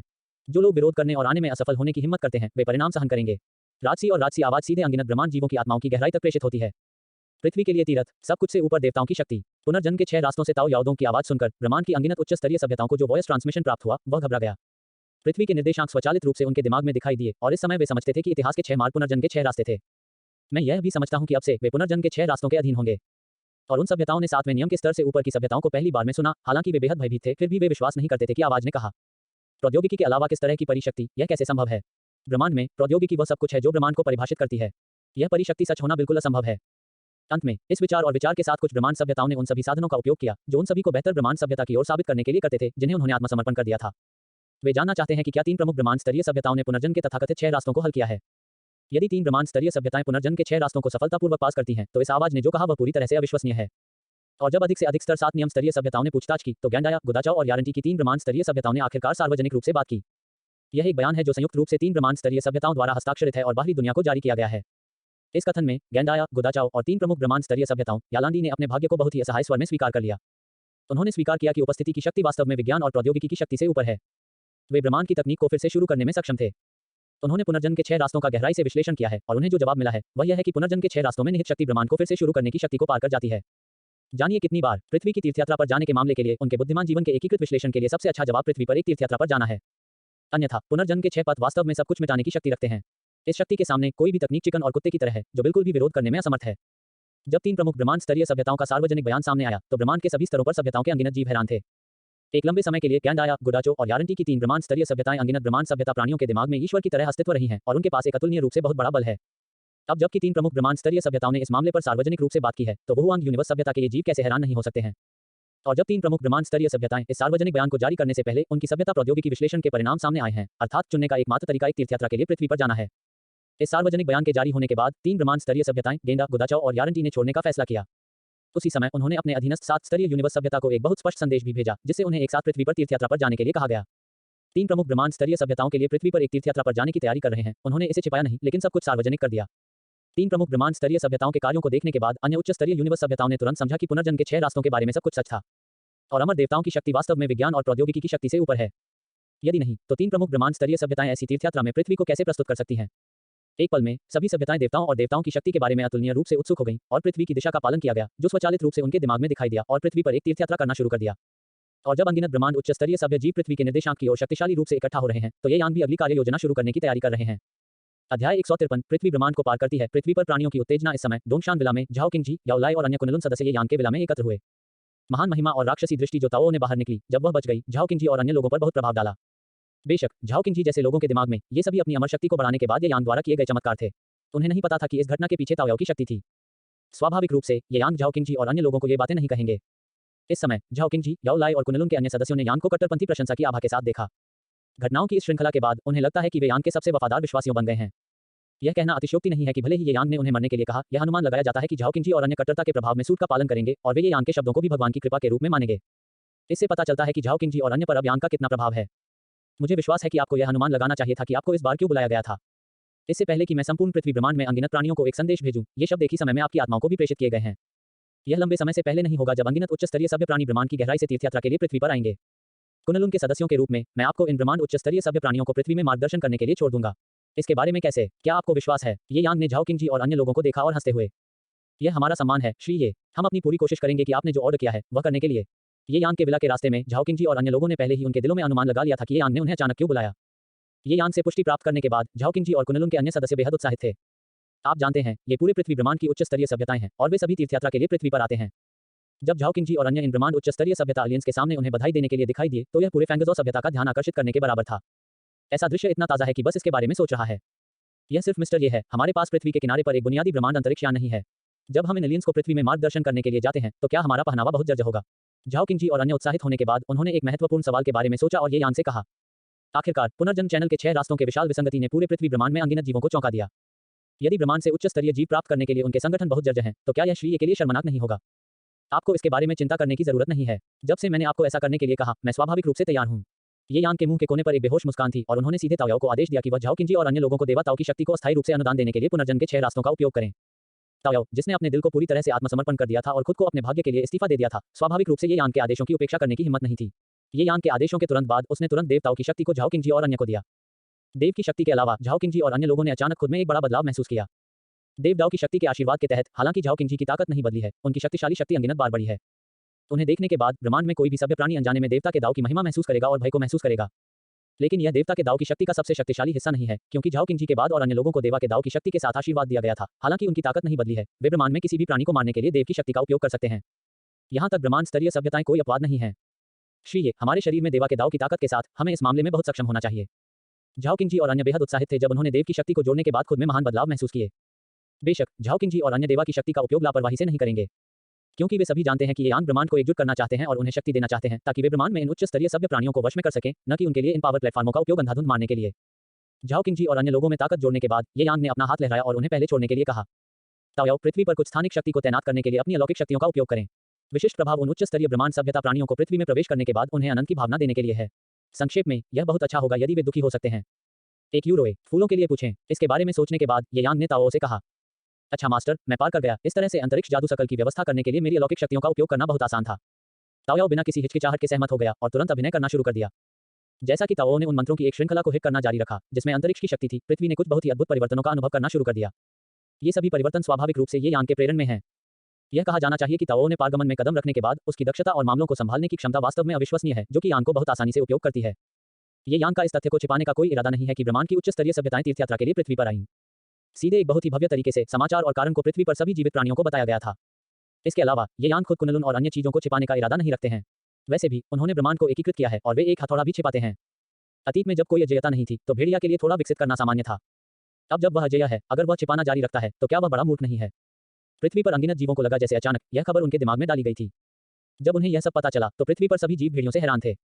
हालांकि सदमे के बाद इन पृथ्वी जीवों के दिल अतुलनीय रूप से उत्साहित भावनाओं से भरे हुए थे। आखिरकार पृथ्वी पर इन जीवों में अभी भी उनके दिलों के नीचे से पृथ्वी से संबंधित होने की भावना है। खासकर जब ब्रह्मांड में बड़ी संख्या में एलियंस होते हैं तो यह भावना और भी मजबूत होती है। अब उनकी पृथ्वी ब्रह्मांड में है, हालांकि यह महत्वहीन है, लेकिन उनकी पृथ्वी में परिदेवता हैं जिन्होंने संसारा का निर्माण किया और पूरे ब्रह्मांड पर शासन किया। पृथ्वी के रूप में वे निश्चित रूप से भविष्य में ब्रह्मांड में सभी जीवित प्राणियों को पार कर लेंगे। आखिरकार यह कहा जाता है कि एक व्यक्ति स्वर्ग में चढ़ सकता है और यह मामला पृथ्वी पर स्वाभाविक रूप से संभव है। और देवता उनकी पृथ्वी के हैं, वे भविष्य में कैसे विकसित नहीं हो सकते? यह केवल निश्चितता की बात है। फिर भी पृथ्वी पर अनगिनत जीव अभी भी सदस्य 4 से बहुत ईर्ष्या करते हैं जो कुनलुन में शामिल हो सकते हैं। अध्याय 154, पृथ्वी के अंदर और बाहर निकट निकटता त्यान्या। आखिरकार अफवाहों के अनुसार कुनलुन में शामिल होने वाले सदस्य मूल रूप से पृथ्वी देवताओं के विश्वासियों हैं। पृथ्वी के अमर देवताओं से मिलने में सक्षम होना एक महान सम्मान है। यह सिर्फ इतना है कि पृथ्वी पर न केवल कोई कुनलुन में शामिल हो सकता है, यह पृथ्वी पर अनगिनत लोगों को अतुलनीय इच्छा की भावना महसूस करता है। श्रीये, आप इतने महान हैं कि आप संसारा बना सकते हैं और पूरे ब्रह्मांड पर शासन कर सकते हैं। झाओ लिंगर, याओ जीर और अन्य महिलाओं ने कहा कि यांग ने प्रशंसा के भावों के साथ कहा। ये यांग बस हल्के से मुस्कुराया, फिर अपने हाथ की एक लहर के साथ उसने झाओ लिंगर और अन्य लड़कियों को वापस बेडरूम में घुमाया और उपदेश का एक नया दौर शुरू किया। उपदेश का समय हमेशा जल्दी से गुजरता है। आधे महीने की पलक झपकते ही बीत चुके हैं और 3 ब्रह्मांड स्तरीय सभ्यताओं यारंटी, गैंडाया और गुडाचो की तीर्थयात्रा टीमों 027 उनके दिमाग में आने वाले निर्देशांक के साथ पृथ्वी के बाहरी स्थान पर आ गई हैं। इसी समय पृथ्वी के पूरे ब्रह्मांड में पृथ्वी के निर्देशांक की दिशा में एकत्र किए गए विभिन्न ब्रह्मांडों की उच्च स्तरीय सभ्यताओं से बनी तीर्थयात्रा टीमों। क्या यह पृथ्वी है? क्या इस ग्रह से पैदा हुए पुनर्जन्म के 6 मार्ग बनाने वाले देवताओं की शक्ति थी? नादिया नीचे आकाश नीले ग्रह को घूरते हुए फुसफुसाए। जब उसने ये शब्द बोले तो नादिया ने उसके चेहरे पर एक निर्विवाद जिज्ञासा दिखाई। पृथ्वी बहुत बड़ी नहीं लगती है, लेकिन यह पहली नजर में साधारण लगती है। विशाल ब्रह्मांड में इस तरह का एक ग्रह बस अपूरणीय है। मैं वास्तव में विश्वास नहीं कर सकता कि पुनर्जन्म के 6 रास्तों की शक्ति, जो इतना अधिक है कि इसे मापा नहीं जा सकता है, इस ग्रह पर देवताओं द्वारा बनाया गया था। यारंटी के तीर्थयात्री कमांडर फैंटनी ने अपने चेहरे पर अविश्वास की नजर के साथ सीधे पृथ्वी पर देखा। ब्रह्मांड के अन्य उच्च सभ्य प्राणी जो पहले से ही यहाँ आ चुके हैं, इस समय भी इसके बारे में बात कर रहे हैं। आखिरकार अलियंस के दृष्टिकोण से पृथ्वी बहुत साधारण है। यह सिर्फ इतना है कि यद्यपि वे साधारण हैं, ये ब्रह्मांड उच्च स्तरीय सभ्य जीव उनकी चर्चा करते समय थोड़ी सी भी अवमानना दिखाते हैं। आखिरकार परी देवता जिन्होंने पुनर्जन्म के 6 रास्ते बनाए बहुत शक्तिशाली हैं और कोई भी पृथ्वी पर इस परी भगवान को भड़काने की हिम्मत नहीं करता है। जिस तरह ब्रह्मांड में उच्च स्तरीय सभ्यता जीवों का एक समूह पृथ्वी पर विभिन्न चर्चाओं को देख रहा था, कई दावत छाया ने इस तरफ की ओर उड़ान भरी। क्या ये पृथ्वी के मूल प्राणी हैं? उनके शरीर वास्तव में मजबूत हैं, प्रौद्योगिकी का कोई निशान नहीं है और आप अंतरिक्ष में स्वतंत्र रूप से उड़ सकते हैं। नादिया, फैंटनी और अन्य अलौकिक जीवों ने इस दिशा की ओर उड़ने वाले आंकड़ों को देखा और आहें भरी। ये आंकड़े स्वाभाविक रूप से झाओ किंग जी और अन्य हैं जिन्होंने देवता की शक्ति को आशीर्वाद दिया है। वास्तव में पूरे ब्रह्मांड में काफी कुछ समूह हैं जो पनक प्रौद्योगिकी के साथ निकायों के विकास में विशेषज्ञ हैं। यदि यह अंतरिक्ष में उड़ान भरने के लिए शारीरिक शक्ति पर निर्भर है तो चौथे स्तर के ईश्वर स्तरीय पनक प्रौद्योगिकी ब्रह्मांड सभ्यता जीव इसे कर सकते हैं। जब नादिया और अन्य कम आवाज में चर्चा कर रहे थे तो उनके भाव सामान्य थे और उन्होंने बहुत अधिक आश्चर्य नहीं दिखाया। हालांकि जब झाओ किंग जी और अन्य लोगों ने संपर्क किया और राजसी आभा अद्वितीय देवता की शक्ति के लिए अद्वितीय थी तो उनके शरीर से विकृत हो गया। इसने नादिया, फेन फैंग और अन्य 10 उच्च स्तरीय ब्रह्मांड सभ्यता जीवों को झकझोर दिया। देवता की शक्ति से बाहर निकलने वाली सर्वोच्च महामहिम सीधे नादिया की आत्माओं की गहराई तक चली गई। इसने उन्हें भयभीत कर दिया। मुझे माफ करना, क्या आप दूत हैं जो हमें पृथ्वी में ले जाते हैं? हैरान नादिया ने एक गहरी सांस ली और झाओ किंग जी और अन्य लोगों से सम्मानपूर्वक पूछा। ठीक है, हम आपको पृथ्वी में लाने के लिए जिम्मेदार हैं। हालांकि सभी तीर्थयात्री अभी तक नहीं आए हैं। चूंकि आप पहले पहुंचे हैं, फिर हमें पृथ्वी में फॉलो करें और अन्य तीर्थयात्रियों की प्रतीक्षा करें। जब सभी तीर्थयात्री आ गए हैं तो आप देवताओं से मिलने के लिए पात्र हैं। झाओ किंग जी और अन्य लोगों ने सभी प्रकार के अजीब ब्रह्मांड जीवों को देखने के लिए कृपालु आंखों का इस्तेमाल किया। हाँ, हम तीर्थयात्रा के लिए पृथ्वी पर आते हैं, इसलिए स्वाभाविक रूप से हमें यहाँ नियमों का पालन करना चाहिए। यह सुनकर कि झाओ किंगजी और अन्य लोगों ने क्या कहा, नादिया, फैंटनी और ब्रह्मांड की अन्य उच्च स्तरीय सभ्यताओं जो पहले यहाँ पहुंचे थे, ने उपेक्षा करने की हिम्मत नहीं की, और उन सभी ने अपने रुख को बहुत कम रखा और कोई अवज्ञाकारी कार्रवाई करने की हिम्मत नहीं की। इन एलियंस के आज्ञाकारी और आज्ञाकारी उपस्थिति को देखकर झाओ किंगजी और अन्य लोगों को बहुत खुशी हुई। लेकिन इस समय झाओ किंगजी और अन्य स्वाभाविक रूप से अपने सच्चे विचारों को प्रकट नहीं करेंगे, लेकिन उनमें से प्रत्येक के पास एक सुस्त चेहरा था, जो सर्वोच्च महामहिम आभा के साथ सहयोग कर रहा था, जो देवदाओं की शक्ति से बाहर निकाला गया था, जिसका एक महान निवारक प्रभाव था। झाओ किंगजी और अन्य लोगों द्वारा निर्देशित नादिया, फैंटनी और ब्रह्मांड के अन्य प्राणियों ने यहाँ पहुंचे पहली बार पृथ्वी में प्रवेश किया। जिस क्षण उन्होंने पृथ्वी में प्रवेश किया, 3 प्रमुख ब्रह्मांड स्तरीय सभ्यताओं को हैरान कर दिया गया। वे यह जानकर हैरान थे कि पृथ्वी का आंतरिक और बाहरी बस 2 पूरी तरह से अलग अलग दुनिया हैं। जब हमने इसे बाहरी अंतरिक्ष से देखा तो पृथ्वी बस इतनी बड़ी थी, यह साधारण लग रही थी और इसके बारे में कुछ भी खास नहीं था। लेकिन पृथ्वी में प्रवेश करने के बाद उन्होंने पाया कि पृथ्वी असीम रूप से बड़ी लगती है, ब्रह्मांड की तरह विशाल और असीम, और कोई भी किनारा नहीं है, जैसे कि कोई अंत नहीं है। इतना ही नहीं, जब नादिया और फैंटनी जैसे ब्रह्मांड जीव पृथ्वी में प्रवेश करते हैं, तो उन्होंने पाया कि उनकी तकनीकी शक्ति कुछ रहस्यमय शक्ति द्वारा प्रतिबंधित लगती है। यद्यपि स्तर समान है, एक निश्चित सीमा से परे शक्ति का उपयोग पृथ्वी पर नहीं किया जा सकता है। यह पावर परिरक्षण नियम है जो विशेष रूप से ये यांग द्वारा स्थापित किया गया है जब उसने ताओ से कहा कि वह अंतरिक्ष की व्यवस्था करने के लिए अपनी अलौकिक शक्ति का उपयोग करें। कहने के लिए एक बात है, ताओ के साधनों द्वारा निर्मित इस नियम का निवारक प्रभाव वास्तव में बेहद शक्तिशाली है।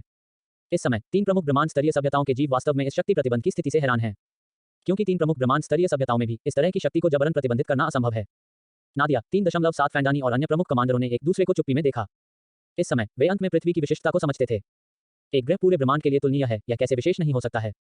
3 प्रमुख ब्रह्मांड सभ्यताओं के तीर्थयात्रा सदस्यों की गलतफहमी के लिए यांग ने इसे स्वर्गीय दाव के माध्यम से महसूस किया कि वे उस क्षण को छाप देते हैं जो उन्होंने दर्ज किया था। बेशक ये यांग इस तरह की गलतफहमी की व्याख्या नहीं करेंगे, यह जवाब दे कि ये 3 ब्रह्मांड स्तर के सभ्यता तीर्थयात्री खुद को वास्तविक उत्तर बन जाते हैं। अन्यथा वह यह नहीं कह सकता कि उसकी शक्ति दूसरी दुनिया से आती है ना? क्या अधिक है, जितना अधिक 3 प्रमुख ब्रह्मांड स्तरीय सभ्यताएं अपने स्वयं के दिमाग बनाती हैं, उनके दिलों में पृथ्वी के देवताओं की खौफ उतनी ही मजबूत होती है, और यह बिल्कुल वह दृश्य है जो यांग देखकर खुश है। अध्याय 155 ब्रह्मांड सभ्यता में अमर देवताओं और प्रौद्योगिकी के पूरक आत्मा ब्रेन की शक्ति के बीच का अंतर। देवताओं और देवताओं की शक्ति के बारे में पृथ्वी ब्रह्मांड में 3 प्रमुख ब्रह्मांड स्तरीय सभ्यताओं और अन्य सभ्यताओं को पहले से ही पता है, इसलिए जब ये ब्रह्मांड सभ्यताएं पृथ्वी में प्रवेश करती हैं तो वे मूल रूप से किसी भी प्रतिबंध के अधीन नहीं होते हैं। तीर्थयात्रा के लिए पृथ्वी पर आने के लिए अन्य उच्च स्तरीय ब्रह्मांड सभ्यताओं की प्रतीक्षा करते हुए नादिया और फैंटनी जैसे 3 प्रमुख ब्रह्मांड स्तरीय सभ्यताओं के जीव निष्क्रिय नहीं हैं। उन्होंने पृथ्वी के नेटवर्क में प्रवेश किया और पृथ्वी पर हर चीज के बारे में पूछताछ की। अंत में उन्होंने अमर और देवताओं के बारे में पृथ्वी के रिकॉर्ड की जांच की। बहुत समय पहले पृथ्वी पर अमर और देवताओं की अफवाहें थीं। यह सिर्फ इतना है कि पृथ्वी पर अनगिनत जीवों ने इस कथन को एक किंवदंती के रूप में माना है। लेकिन पृथ्वी में सौंपे गए इस क्षेत्र में रिकॉर्ड हैं जो सकारात्मक होने के लिए पर्याप्त हैं। ऐसे रिकॉर्ड आधारहीन नहीं हैं। क्या अधिक है, किसने सोचा होगा कि पृथ्वी पर देवताओं और देवताओं की शक्ति ब्रह्मांड को एकीकृत करने के बिंदु तक विकसित हो सकती है। नादिया ने पृथ्वी नेटवर्क पर देवताओं और देवताओं की शक्ति के बारे में कहानियों को ब्राउज किया और आहें भरने में मदद नहीं कर सका। वास्तव में जब नादिया और अन्य 3 प्रमुख ब्रह्मांड स्तरीय सभ्यताओं के प्राणियों ने ये यांग के आह्वान का पालन किया और पहले 14 वर्षों के लिए पृथ्वी के लिए एक तीर्थयात्रा बना दिया, तो इस कार्रवाई ने पहले से ही इस तथ्य को पहचान लिया कि उन्होंने इस तथ्य को मान्यता दी थी कि देवताओं और देवताओं की शक्ति पूरे ब्रह्मांड को एकजुट कर सकती है। यह वास्तव में अविश्वसनीय है। पृथ्वी नेटवर्क पर अमर और देवताओं के बारे में प्रासंगिक रिकॉर्ड के अनुसार मुझे लगता है कि ब्रह्मांड में 2 प्रकार की शक्ति होनी चाहिए थी। एक तरह की शक्ति कहने की जरूरत नहीं है, यह स्वाभाविक रूप से विज्ञान और प्रौद्योगिकी का इतिहास है। हमारे 3 प्रमुख ब्रह्मांड स्तरीय सभ्यताओं के विकास मार्ग, साथ ही ब्रह्मांड में अनगिनत सभ्यताएं, सभी तकनीकी शक्ति मार्ग हैं। और यह संकेत वास्तव में दिखाता है कि तकनीकी शक्ति का विकास मार्ग ब्रह्मांड में सभी सभ्यताओं के लिए उन्मुख है। यह भी कहा जा सकता है कि जब तक अवरुद्ध तकनीक के साथ कोई सभ्यता नहीं है, तब तक यह प्रौद्योगिकी विकसित करना जारी रख सकता है। इस प्रकार प्रौद्योगिकी के माध्यम से सभ्यता को बढ़ावा देना, लेकिन अमर देवताओं की शक्ति स्पष्ट रूप से अलग है। परि ईश्वर की शक्ति ने केवल एक परि ईश्वर को जन्म दिया। उस परि ईश्वर ने ब्रह्मांड के परिवर्तनों को देखा और एक निकाय में पूरे ब्रह्मांड के परि देवताओं की शक्ति को इकट्ठा किया। अंत में इस परि ईश्वर की शक्ति प्रौद्योगिकी से परे थी। इसे प्रौद्योगिकी के संदर्भ में समझाने के लिए इसका मतलब है कि सभी तकनीकी सभ्यताओं की ज्ञान एक व्यक्ति में एकीकृत है और यह व्यक्ति अपनी पूरी ताकत के साथ प्रौद्योगिकी विकसित करता है। यह प्रौद्योगिकी में कितना सुधार करता है? मेरी राय में अमर देवताओं की शक्ति एक ऐसा सिद्धांत है। यह एक प्रणाली की शक्ति है, सभी को एक साथ जोड़ा गया है और अंत में अमर देवताओं की सर्वोच्च शक्ति का निर्माण है। यह कहते हुए कि यालंती ब्रह्मांड स्तर की सभ्यता से आए फैंडानी मदद नहीं कर सकते थे, लेकिन धीरे से आहें भर गए। तो फैंडनी, आप इतना कहकर क्या व्यक्त करने की कोशिश कर रहे हैं? जब नादिया ने सुना कि फैंटनी ने क्या कहा, तो उन्होंने पहले समझौते में सिर हिलाया। तब यह देखा जा सकता है कि फैंडानी का स्पष्ट रूप से कुछ मतलब था। इसलिए नादिया ने सीधे पूछा, जो मैं व्यक्त करना चाहता हूं वह बहुत सरल है, यानी मुझे डर है कि हमारी तकनीकी सभ्यता फिर से दिन की रोशनी को फिर से नहीं देखेगी। फैंटनी ने एक लंबी सांस ली। पृथ्वी पर देवता पहले चुप्पी की स्थिति में रहे हैं, चुपचाप पूरे ब्रह्मांड के विकास का अवलोकन करते हुए। बेशक इस प्रक्रिया के दौरान पृथ्वी पर परि देवता निष्क्रिय नहीं थे, क्योंकि वह इस समय का उपयोग भी कर रहे हैं ताकि खुद के परि भगवान की शक्ति में सुधार हो सके। बहुत लंबी अवधि के लिए इसमें कोई संदेह नहीं है कि पूरे ब्रह्मांड में तकनीकी सभ्यता एक पूर्ण अग्रणी स्थिति में है। इस बारे में बहस करने के लिए कुछ भी नहीं है, क्योंकि यह एक निर्विवाद तथ्य है।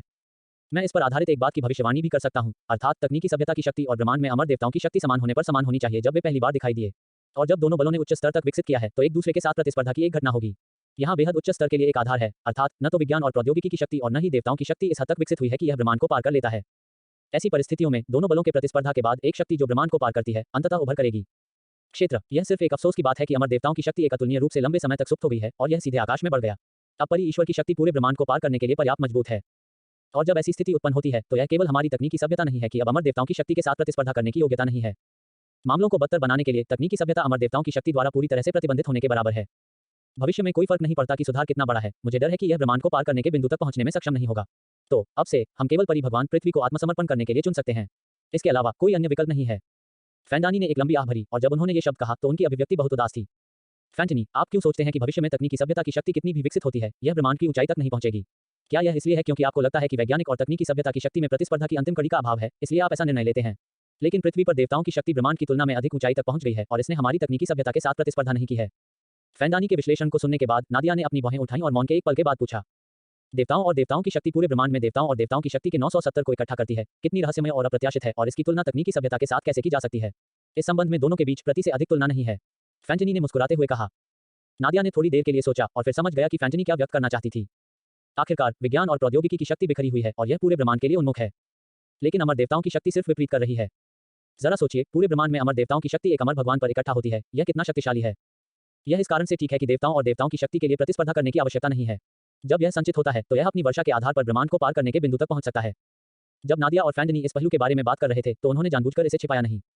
इसलिए जिन चीजों का विश्लेषण किया गया था उनके बाद उन्हें जल्दी से स्वीकार किया गया और अन्य ब्रह्मांड उन्नत सभ्यताओं द्वारा मान्यता दी गई जो पृथ्वी पर आए थे। एक आंख की झपकी में 1 और महीना बीत चुका है और उच्च स्तरीय सभ्यता ब्रह्मांड के सभी प्राणी जो पृथ्वी ब्रह्मांड में आत्मा का आवाज संचरण प्राप्त करते हैं आ गए हैं। झाओ किंग जी और अन्य लोगों के मार्गदर्शन में इन उच्च स्तरीय सभ्य ब्रह्मांड जीवों को मंत्रियों के रूप में सेवा करने के लिए ये यांग के विला में लाया गया था। आमतौर पर ये यांग का विला इतने सारे ब्रह्मांड जीवों को समायोजित नहीं कर सकता है। अध्याय 156 ब्रह्मांड में सभी दौड़ की तीर्थयात्रा और सभी दौड़ से लीक को काटने की शुरुआत। यह सिर्फ इतना है कि ये यांग के विला में ताओयो ने भी एक रहस्यमय अंतरिक्ष शक्ति की व्यवस्था की। यह बाहर से छोटा दिखता है लेकिन आंतरिक स्थान लगभग अनंत है, जैसे कि यह विला स्वयं ब्रह्मांड की तरह विशाल है। इस समय अरबों ब्रह्मांड उच्च स्तरीय सभ्य प्राणी एक साथ यांग से मिलने के लिए आए थे। ये यांग के विला में जब उन्हें यह सब महसूस हुआ तो वे सभी बिना किसी अपवाद के चौंक गए। और ब्रह्मांड उच्च स्तरीय सभ्यताओं के अरबों के बीच सबसे निचला स्तर चौथा स्तर की सभ्यता है और चौथे स्तर के भीतर सभ्यताएं पृथ्वी पर जाने के लिए पात्र नहीं है। इससे भी बेहतर चौथे स्तर की सभ्यता के नीचे जीवों की संख्या बहुत बड़ी है। यदि ये यांग को इसकी आवश्यकता है तो वह इन सभ्यताओं से ऊपर की सभ्यताओं को जारी कर सकता है। इसलिए चौथे स्तर के नीचे उन निम्न स्तरीय सभ्यताओं को पूरा करने की कोई आवश्यकता नहीं है। नादिया और फैंटनी जैसे 3 ब्रह्मांड स्तरीय सभ्यताओं के कमांडर स्वाभाविक रूप से तीर्थयात्रा टीम में सबसे आगे खड़े थे। झाओ किंग जी और अन्य लोगों के यहाँ आने के बाद नादिया, फैंडानी और अन्य ब्रह्मांड प्राणियों ने अवचेतन रूप से एक अतुलनीय पवित्र भावना महसूस की। आखिरकार यह परी देवताओं का बेडरूम है। और जब नादिया, फैंटनी और अन्य अरबों ब्रह्मांड के उच्च स्तरीय सभ्य प्राणियों ने तुयांग को देखा तो वे सभी ने यांग से महान महिमा महसूस की। महामहिम की यह आभा इतनी शक्तिशाली है कि नादिया, फैंटनी और अन्य अरबों के ब्रह्मांड के उच्च स्तरीय सभ्य प्राणियों की धारणा में यह महामहिम की आभा से भी अधिक भव्य है जब ताओ ने सफलतापूर्वक भाग लिया था। वास्तव में नादिया और उनकी भावनाएं गलत नहीं हैं। इस समय ये यांग की महान महामहिम को टियाओटिन और हो द्वारा एक साथ आशीर्वाद दिया गया था। अकेले ताओ के आशीर्वाद ने इस महिमा को टुकड़ी के स्तर तक पहुंचा दिया जो महारानी कंगो के आशीर्वाद के साथ मिलकर यह स्वाभाविक रूप से टुकड़ी से अधिक मजबूत था। घटनास्थल पर ब्रह्मांड की सभी उच्च स्तरीय सभ्यताएं बेहद भयभीत थीं जब उन्होंने महामहिम की इस महान आभा को महसूस किया। वे पूरी तरह से अवचेतन रूप से तू यांग के सामने घुटने टेकते हैं। अब से पूरा ब्रह्मांड मेरे नियंत्रण में होगा, जिसे कोई आपत्ति है? ये यांग ने अरबों ब्रह्मांड के उच्च स्तरीय सभ्य जीवों को अपने पैरों पर घुटने टेकते हुए देखा और उदासीनता से कहा, ये ब्रह्मांड उच्च स्तरीय सभ्य प्राणी जो तीर्थयात्रा के लिए पृथ्वी पर आए थे इस समय सदमे और भय से भरे हुए हैं। इस समय और बकवास कहने की हिम्मत कौन करता है? बहुत अच्छी तरह से, चूंकि आप सभी इससे सहमत हैं इसलिए हम बातचीत जारी रख सकते हैं। उठो हर कोई। ये यांग के मुंह के कोने पर एक मुस्कान दिखाई दी। नादिया और ब्रह्मांड के अन्य जीव एक के बाद एक उठे। चूंकि पूरा ब्रह्मांड मेरे नियंत्रण में है इसलिए कुछ नियमों को निर्धारित करना स्वाभाविक है। पहला नियम जीवन सीमा है। ये यांग बोलने के बाद उन्होंने लापरवाही से अपना हाथ लहराया। अगले क्षण में नादिया और फैंटनी जैसे अरबों ब्रह्मांड जीवों के दिमाग में कुछ अतिरिक्त यादें पतली हवा से बाहर दिखाई दी। स्वाभाविक रूप से ये यांग स्वर्गीय दाव के निशान के माध्यम से इन ब्रह्मांड जीवों की आत्माओं में सीधे घुस गए। इसी समय इन अरबों ब्रह्मांड के उच्च स्तरीय सभ्य प्राणियों में कुछ बहुत ही अद्भुत बदलाव भी हुए हैं। हालांकि जब नादिया और अन्य लोगों ने अपने दिमाग में यादों को हल किया तो इन ब्रह्मांडों ने तुरंत बेहद घबराए हुए भाव दिखाए। कोई अन्य कारण नहीं है, यह इसलिए है क्योंकि उन्होंने कुछ ऐसा देखा जो उन्हें स्मृति में भयभीत करता है, जो अचानक उनके दिमाग में दिखाई दिया और उनका जीवनकाल बहुत प्रतिबंधित हो गया है। आप जानते हैं, अतीत में पर्याप्त जीवन विज्ञान और प्रौद्योगिकी के साथ आप मूल रूप से हमेशा के लिए रह सकते हैं, लेकिन अब ये यांग ने सीधे जीवनकाल का मानक निर्धारित किया है। इस जीवनकाल के मानक को स्थापित करने के साथ यह कहा जा सकता है कि अब से ब्रह्मांड में अनगिनत जीव जो जीवनकाल की तकनीक के माध्यम से दीर्घायु प्राप्त करना चाहते हैं कभी भी वापस नहीं आएंगे। पुनर्जन्म के 6 रास्तों की उपस्थिति के बाद सभी जीवों का जीवनकाल सीमित हो गया है। एक बार जब जीवनकाल सीमा तक पहुंच जाता है तो वे सीधे मर जाएंगे। कोई भी तकनीक उन्हें नहीं बचा सकती है, चाहे वह क्लोनिंग हो या दोहराव आदि, यह बेकार है। आखिरकार यदि ये ब्रह्मांड अमर है तो पुनर्जन्म और संसारा के 6 रास्तों का क्या मतलब है? बेशक इस मामले में ये यांग एक आकार फिट सभी दृष्टिकोण नहीं लेंगे और सभी ब्रह्मांड जीवों को समान रूप से व्यवहार करेंगे। ये यांग के जीवनकाल के विभाजन का आधार ब्रह्मांड के सभ्यता स्तर पर आधारित है। प्रथम स्तर की सभ्यता 80 से 100 साल पुरानी, स्तरीय सभ्यता 100 से 200 साल पुरानी। तीसरी स्तर की सभ्यता 200 से 300 साल पुरानी है और इसी तरह हर बार जब एक सभ्यता को बढ़ावा दिया जाता है तो जीवनकाल 100 साल होता है। जीवन सीमा को उस समय से गिना जाता है जब पुनर्जन्म के 6 रास्ते दिखाई देते हैं। जैसा कि नाम से पता चलता है, पुनर्जन्म के 6 रास्तों की उपस्थिति के बाद ब्रह्मांड में सभी प्राणियों के जीवनकाल की गणना शून्य से की जाती है। दूसरे शब्दों में, वर्तमान स्तरीय सभ्यता अभी भी 80 से 100 वर्षों तक रह सकती है और दूसरे स्तर के बाद ब्रह्मांड सभ्यता को भी सादृश्य द्वारा घटाया जा सकता है। जब नादिया, फैंटनी और अन्य अरबों ब्रह्मांडों ने जीवन सीमा को छांटा तो वे सभी ने बहुत अनिच्छा दिखाई। आखिरकार अतीत में ये ब्रह्मांड जीव मूल रूप से जीवन प्रौद्योगिकी के तहत एक बहुत लंबा जीवनकाल ले सकते हैं, लेकिन अब उनका जीवनकाल सीमित है और जब उनका जीवनकाल अंत तक पहुंच जाता है तो वे पूरी तरह से मर जाएंगे। तो इस तरह की स्थिति में कोई फर्क नहीं पड़ता कि यह कौन है, यह बहुत अनिच्छुक होगा। यह सिर्फ इतना है कि इन ब्रह्मांड जीव कितने अनिच्छुक क्यों न हो, वे केवल इसे असहाय रूप से स्वीकार कर सकते हैं। आखिरकार ये यान की शक्ति पहले से ही ब्रह्मांड को पार कर चुकी है। युयान द्वारा घोषित ब्रह्मांड नियमों के लिए वे केवल इसे स्वीकार कर सकते हैं। बेशक ये यान ब्रह्मांड में प्रमुख सभ्यताओं के प्राणियों के असंतोष को देखते हैं और ये यान इसके बारे में बिल्कुल भी परवाह नहीं करते हैं। वैसे भी अब जब वह अजेय है तो उसे डर नहीं है कि ये ब्रह्मांड जीव अवज्ञाकारी होंगे। बेशक ये यान स्वाभाविक रूप से एक बड़ी छड़ी में एक मीठी तारीख जोड़ने के सिद्धांत को समझते हैं। आखिरकार अनुग्रह और शक्ति का संयोजन किंगली तरीका है। उद्धरण चिन्ह। आपको निराशा की आवश्यकता नहीं है। पुनर्जन्म के 6 रास्ते, जीवन संसार, यह अपने आप में बहुत जरूरी है। क्या अधिक है, इसके शीर्ष पर नियमों की एक दूसरी परत है। ये यान के मुंह के कोने पर थोड़ी सी मुस्कान थी और फिर उसने फिर से अपना हाथ लहराया। जैसे ही ये यान की बांह गिर गई, नादिया और अन्य ब्रह्मांड जीवों के दिमाग में एक दूसरी स्मृति दिखाई दी। ये यान द्वारा स्थापित दूसरी नियम सीमा ब्रह्मांड में सभी सभ्यताओं के जीवनकाल को बढ़ाने के लिए है। जीवनकाल बढ़ाने के तरीके के रूप में यह कुनलुन सदस्यों के समान है। यह है कि इन ब्रह्मांड जीवों को स्वर्ग और पृथ्वी अमृत की खोज करने में मदद मिलती है और संपूर्ण पृथ्वी ब्रह्मांड में विशेष शरीर के साथ महिलाओं और महिलाओं को खोजने में मदद करता है। उसी समय जब नादिया, फैंटनी और अन्य ब्रह्मांड जीवों ने दूसरी स्मृति को हल किया था, तो एक जेद ताबीज उन पर दिखाई दिया। इस जेद ताबीज के माध्यम से ये ब्रह्मांड जीव स्वर्ग और पृथ्वी अमृत और विशेष काया का पता लगा सकते हैं। अध्याय 157 प्रोत्साहन और शक्ति और प्रमुख ब्रह्मांड सभ्यताएं महिलाओं के विशेष काया और स्वर्ग और पृथ्वी अमृत की पेशकश करके अंक प्राप्त कर सकती हैं। जीवन के लिए बिंदुओं का आदान प्रदान किया जा सकता है और यहाँ तक देवताओं की शक्ति भी। इस कार्य की बात करते हुए यह वास्तव में कुनलुन सदस्यों के कार्य के समान है, लेकिन प्रमुख ब्रह्मांड सभ्यताएं कुनलुन के सदस्य नहीं हैं। इसके अलावा इन ब्रह्मांड उच्च स्तरीय सभ्य प्राणियों द्वारा पेश किए गए स्वर्ग और पृथ्वी अमृत का मतलब यह नहीं है कि वे सीधे यान को सौंप दिए गए हैं। वे कुनलुन के सदस्य नहीं हैं और ये यान से सीधे निपटने के लिए योग्य नहीं है। जब ये ब्रह्मांड जीव महिलाओं के विशेष काया और स्वर्ग और पृथ्वी अमृत का दान करते हैं तो उन्हें पहले कुनलुन के आधिकारिक सदस्यों द्वारा समीक्षा करने की आवश्यकता होती है और अंक केवल समीक्षा पारित होने के बाद जारी किए जा सकते हैं। प्रमुख ब्रह्मांड सभ्यताओं को अंक प्राप्त करने के बाद वे स्वतंत्र रूप से व्यक्तिगत जीवनकाल और नस्लीय जीवनकाल को बदलने के लिए बिंदुओं का उपयोग कर सकते हैं। व्यक्तिगत जीवनकाल और दौड़ जीवनकाल का रूपांतरण अनुपात 10,000 से 1 है। इस अनुपात का अर्थ है कि एक ही बिंदु यदि एकल ब्रह्मांड जीवन निकाय के जीवनकाल के लिए आदान प्रदान किया जाता है तो 10,000 वर्षों के जीवनकाल को बढ़ा सकता है, और अगर यह दौड़ के सामूहिक जीवनकाल के लिए आदान प्रदान किया जाता है तो यह केवल 1 वर्ष के जीवनकाल को बढ़ा सकता है। यह एक लेख है जो विशेष रूप से युयान द्वारा ब्रह्मांड में प्रमुख सभ्यताओं की प्रासंगिक स्थितियों के आधार पर जोड़ा गया है। आखिरकार ब्रह्मांड में प्रमुख सभ्यताओं के लिए जो वे बढ़ावा देते हैं और विकसित करते हैं, वह वास्तव में नस्लीय सभ्यता है जो इसे स्पष्ट रूप से डालती है। नस्लीय सभ्यता को उनका सब कुछ कहा जा सकता है और भविष्य में प्रमुख ब्रह्मांड सभ्यताएं वास्तव में नस्लीय सभ्यता को बढ़ावा देगी। एक एकल जीवित निकाय के जीवनकाल को 10,000 वर्षों में बढ़ाने के मामले के लिए इसके बारे में कोई संदेह नहीं है, और यह ब्रह्मांड सभ्यता के लिए भी बहुत बेवकूफ है जो नस्लीय सभ्यता के साथ एक पूरे के रूप में विकसित होता है। वास्तव में ये ब्रह्मांड उच्च स्तरीय सभ्य प्राणी जो तीर्थयात्रा के लिए पृथ्वी पर आते हैं, चौथे स्तर के ईश्वर स्तरीय सभ्यता के लिए तकनीकी सभ्यता विकसित कर सकते हैं। बेशक वे मूर्ख नहीं हैं, लेकिन बहुत चतुर हैं।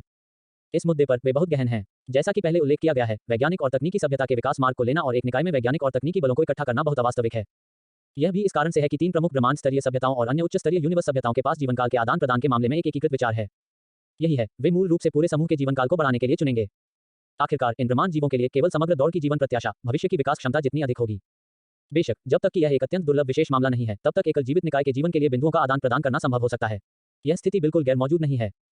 जब नादिया, फैंटनी और ब्रह्मांड के अन्य प्राणियों ने इन स्थितियों के बारे में सीखा तो उनकी नाराजगी भंग हो गई और अपरिवर्तित रहे। वास्तव में इन ब्रह्मांड जीवों के लिए वे स्वर्ग और पृथ्वी अमृत के संपर्क में हैं और वे सचेत रूप से स्वर्ग और पृथ्वी अमृत भी इकट्ठा करते हैं, क्योंकि स्वर्ग और पृथ्वी में निहित औषधीय गुण बहुत शक्तिशाली हैं और स्वर्ग और पृथ्वी अमृत में निहित विशेष ऊर्जा आध्यात्मिक तकनीक में बहुत सुधार कर सकती है। एक उदाहरण के रूप में 3 प्रमुख ब्रह्मांड स्तरीय सभ्यताओं को लें। वे स्वर्ग और पृथ्वी अमृत भी इकट्ठा करते हैं और अन्य ब्रह्मांड सभ्यताओं के लिए भी यह सच है। यह सिर्फ इतना है कि इन्वेंट्री बहुत बड़ी नहीं है। आखिरकार अतीत में कई ब्रह्मांड सभ्यताओं ने इन स्वर्ग और पृथ्वी अमृत का उपयोग किया ताकि पनक तकनीक में सुधार किया जा सके। यह ठीक इस वजह से है कि स्वर्ग और पृथ्वी की संख्या अमृत है कि प्रमुख ब्रह्मांड सभ्यताएं अभी भी एकत्र कर सकती हैं, शायद बहुत अधिक नहीं है, लेकिन यह निश्चित रूप से कम नहीं होगा और यह पृथ्वी के 1 मिलियन गुना से अधिक होना चाहिए। और ये ब्रह्मांड जीव अपने दिलों में थोड़ा अफसोस महसूस करते हैं। यदि वे जानते थे कि स्वर्ग और पृथ्वी अमृत को अंकों के लिए आदान प्रदान किया जा सकता है, तो मानसिक प्रौद्योगिकी को बेहतर बनाने के लिए स्वर्ग और पृथ्वी अमृत का उपयोग करने के लिए पर्याप्त मूर्खतापूर्ण होगा। पनक प्रौद्योगिकी में कितना सुधार भगवान बिंदुओं के साथ तुलना किया जा सकता है। दोनों एक ही स्तर पर नहीं हैं। यद्यपि यह एक अफसोस की बात है, कुछ भी नहीं है। आखिरकार यह पहले से बहुत अधिक सेवन किया गया है। लेकिन इन ब्रह्मांड जीवों ने गुप्त रूप से अपने दिलों में एक निर्णय लिया। यदि वे भविष्य में स्वर्ग और पृथ्वी अमृत इकट्ठा करते हैं तो उन्हें इसे बिंदुओं के लिए आदान प्रदान करना चाहिए, क्योंकि बिंदुओं की भूमिका बहुत महान है। न केवल जीवन के लिए आदान प्रदान किया जा सकता है, बल्कि अमर देवताओं की शक्ति के लिए भी आदान प्रदान किया जा सकता है। इन ब्रह्मांड जीवों के लिए यह प्रलोभन बहुत महान है। ये यान ने ब्रह्मांड में नादिया, फैंटनी और अन्य उच्च स्तरीय सभ्यता जीवों की प्रतिक्रियाओं को देखा और उनके मुंह के कोने पर एक मुस्कान दिखाई दी। अपने लिए स्वर्ग और पृथ्वी अमृत को इकट्ठा करने के लिए पूरे ब्रह्मांड की शक्ति को हटा दें और एक विशेष काया के साथ एक महिला को खोजें। ब्रह्मांड इतना बड़ा है, इनमें से कई होने चाहिए, इसलिए ये यान भविष्य में खुद के प्रचार के बारे में बहुत आशावादी हैं। आखिरकार यह अकेले ये यान पर पूरे पृथ्वी ब्रह्मांड के संसाधनों को इकट्ठा करने के बराबर है, जो तू यान को बहुत संतुष्ट करता है। जबकि ये यांग इस तरह से सोच रहे थे, ब्रह्मांड में अरबों उच्च स्तरीय सभ्यताएं स्वर्ग और पृथ्वी अमृत के साथ बड़ी रुचि के साथ चर्चा कर रही थी, विशेष फिजिक्स, अंक, जीवनकाल विनिमय और परिपावर एक्सचेंज वाली महिलाएं। इस संबंध में ये यांग ने इन ब्रह्मांड के उच्च स्तरीय सभ्य प्राणियों की चर्चा से बाधित नहीं किया। ये यांग ने इस मामले के प्रति इन ब्रह्मांड जीवों का रवैया देखा। श्री, जब मैं पृथ्वी नेटवर्क को ब्राउज कर रहा था तो मुझे पता चला कि आपने कुनलुन नामक एक संगठन बनाया है। 17 पृथ्वी पर एक ही समय में कुछ पृथ्वी कुनलुन में शामिल हो गए हैं। मुझे नहीं पता कि कुनलुन में शामिल होने के लिए किन स्थितियों की आवश्यकता है। क्या हम कुनलुन से जुड़ने के लिए भी भाग्यशाली हो सकते हैं? कमांडर नादिया ने तू यान से सम्मानपूर्वक पूछा। नादिया, फैंटनी और ब्रह्मांड में उच्च स्तरीय सभ्यताओं के अन्य अरबों स्पष्ट रूप से इस मुद्दे के बारे में बहुत चिंतित हैं। पृथ्वी नेटवर्क को पहले ब्राउज करते समय उन्होंने पृथ्वी देवताओं की स्थिति के बारे में बहुत कुछ सीखा। परिभगवान ये यान के रूप में परिभगवान के पास अतुलनीय शक्तिशाली शक्ति के अलावा जो सबसे अधिक ध्यान आकर्षित करता है वह है कुनलुन संगठन जो ये यान द्वारा स्थापित किया गया है। यह सिर्फ इतना है कि यह कुनलुन में शामिल होने के लिए एक आसान काम नहीं लगता है। आखिरकार पृथ्वी दसियों अरबों लोगों के करीब है, लेकिन केवल कुछ लोग सफलतापूर्वक कुनलुन में शामिल हो गए हैं और उनमें से एक बन गए हैं। इससे पता चलता है कि कुनलुन में शामिल होने की स्थिति कितनी कठोर है। क्या अधिक है, अब तक कुनलुन में शामिल होने वाले अर्थलिंग्स के अलावा एक ब्रह्मांड प्राणी नहीं है। यदि आप कुनलुन के सदस्य बन सकते हैं तो लाभ इसके बारे में बहुत सोच रहे हैं। कुछ और उल्लेख नहीं करने के लिए बस झाओकिंग जी और अन्य दूतों को देखें जिनके पास एक अतुलनीय राजसी आभा है। हालांकि नादिया अपने दिल में जानता था कि यह स्थिति कठोर होनी चाहिए और पता था कि कुनलुन में शामिल होने की उसकी आशा बहुत पतली थी, फिर भी वह पूछने में मदद नहीं कर सकता था। जैसा कि नादिया ने इस सवाल को उठाया था, इस दृश्य में अरबों ब्रह्मांड उच्च स्तरीय सभ्य प्राणी हैं जो सभी चुप हो गए थे और अनगिनत आंखें इच्छा और प्रत्याशा से भरी हुई थीं जो यान पर परिवर्तित हो गईं। अध्याय 158 ये यांग, मैं केवल परिणाम को देखता हूं। यह तीसरी बात है जो मैं आगे कहने जा रहा हूं। ये यान के मुंह के कोने पर थोड़ी सी मुस्कान थी। इस मामले पर ये यान के विचार बहुत सरल हैं। यह कुनलुन सदस्यों की संख्या है। वह ब्रह्मांड के सभ्यता जीवों का सामना करने जा रहा है और उसे एक समय में एक जारी किया जाएगा। जैसा कि कहा जाता है, यदि आप एक घोड़ा चलाना चाहते हैं तो आप कैसे कर सकते हैं? घोड़ा घास नहीं खाता। इन ब्रह्मांड सभ्यता जीवों के उत्साह को जल्द से जल्द उत्तेजित करने के लिए ये यान निश्चित रूप से कुछ चारा फेंक देंगे। एक पृथ्वी वर्ष में सबसे अधिक बिंदुओं के साथ सभ्यता शीर्ष 10 प्रत्येक को कुनलुन में शामिल होने और कुनलुन के सदस्य बनने के लिए एक जगह मिलेगी। यह कहना है कुल 10 स्थान है जो सभ्यता समूह पर गिर जाएगा। यह आपके विशिष्ट प्रदर्शन पर निर्भर करता है। संक्षेप में सब कुछ अंक पर आधारित है। ये यान ने ब्रह्मांड के प्राणियों की भीड़ को देखा जो नेत्रहीन उत्साहित थे और उदासीन रूप से कहा था। इन ब्रह्मांड जीवों के उत्साह को और उत्तेजित करने के लिए ये यान ने भी चारा को और बढ़ाने का फैसला किया। कुनलुन का सदस्य बनने के बाद आपके पास सबसे बुनियादी लाभ है, अर्थात आप सभी प्रमुख सभ्यताओं को ओवरराइड कर सकते हैं। नस्लीय जीवनकाल के अनुपात के बदले में आध्यात्मिक द्रव को प्रतिदिन 10,000 से 100 तक समायोजित किया जाएगा। एक ही समय में यदि आप कुनलुन से जुड़ते हैं तो आप अमर और देवताओं की खेती विधि के लिए बिंदुओं का आदान प्रदान कर सकते हैं। अगर बकाया योग्यता वाले लोग हैं तो वे अमर देवताओं की शक्ति में भी महारत हासिल कर सकते हैं। ये यान ने अरबों ब्रह्मांड के उच्च स्तरीय सभ्य प्राणियों को देखा और उदासीनता से कहा। आप यान ने कुनलुन सदस्यों की खेती के तरीकों को खोलने की हिम्मत नहीं की क्योंकि ताओ को अलग कर दिया गया था और सीधे आपको यान को एक खेती की तकनीक दी गई थी। और यह खेती तकनीक एक कंप्यूटर के मेनफ्रेम के समान है, सब कुछ नियंत्रित करती है। ब्रह्मांड सभ्यता जीवों द्वारा प्राप्त खेती के तरीकों को यह सभी यान की खेती तकनीक से अलग किया जाता है। यह कहना कोई अतिशयोक्ति नहीं है कि जब तक ये यान एक ही विचार के साथ तैयार हैं, तब तक वह खेती के तरीकों के माध्यम से खेती की जाने वाली शक्ति की इन ब्रह्मांड सभ्यताओं को वंचित कर सकता है और उन्हें अपने शरीर में एकीकृत कर सकता है। इसलिए यदि ये ब्रह्मांड सभ्य प्राणी आज्ञाकारी हैं तो यह ठीक है, लेकिन अगर वे अवज्ञाकारी हैं तो कहने की कोई बात नहीं है। ये यान सीधे बिना दया के सब कुछ वंचित करते हैं और इसका उपयोग खुद को बेहतर बनाने के लिए करते हैं। वैसे भी इस मामले में ये यान जनजात के बाद से अजेय रहे हैं। यह इस कारण से है कि ये यान ने इस बार कुनलुन सदस्यों और खेती के तरीकों को खोला है। जब ये यान ने बोलना समाप्त कर दिया तो सभी प्रमुख ब्रह्मांडों से अरबों उच्च स्तरीय सभ्यताओं की आंखें लाल हो गईं। ब्रह्मांड में अनगिनत उच्च स्तरीय सभ्यताएं कुनलुन के सदस्य बनना चाहती हैं। आखिरकार कुनलुन के सदस्य होने के लाभ बहुत महान हैं। जब नादिया ने पहले इस मुद्दे का उल्लेख करने की पहल की तो ब्रह्मांड के सभी उच्च स्तरीय प्राणियों ने केवल कुनलुन में शामिल होने के कुछ लाभों की कल्पना की और इसने अकेले उन्हें इसके लिए झुंड बना दिया। और अब यह सुनने के बाद कि ये यान ने क्या कहा, कुनलुन के सदस्य बनने के लाभ इतने महान है कि ये ब्रह्मांड जीव पागल हो जाएंगे। अंक समूह का रूपांतरण अनुपात 100 गुना कम हो जाता है, 100 से 1। यह लाभ बहुत अच्छा है। इसके अलावा खेती के तरीके हैं और आप अमर और देवताओं की रहस्यमय और अप्रत्याशित शक्ति में भी महारत हासिल कर सकते हैं। इन महान लाभों ने ब्रह्मांड में अनगिनत उच्च स्तरीय सभ्यताओं को कुनलुन में शामिल होने और उनमें से एक बनने के लिए उत्सुक बना दिया है।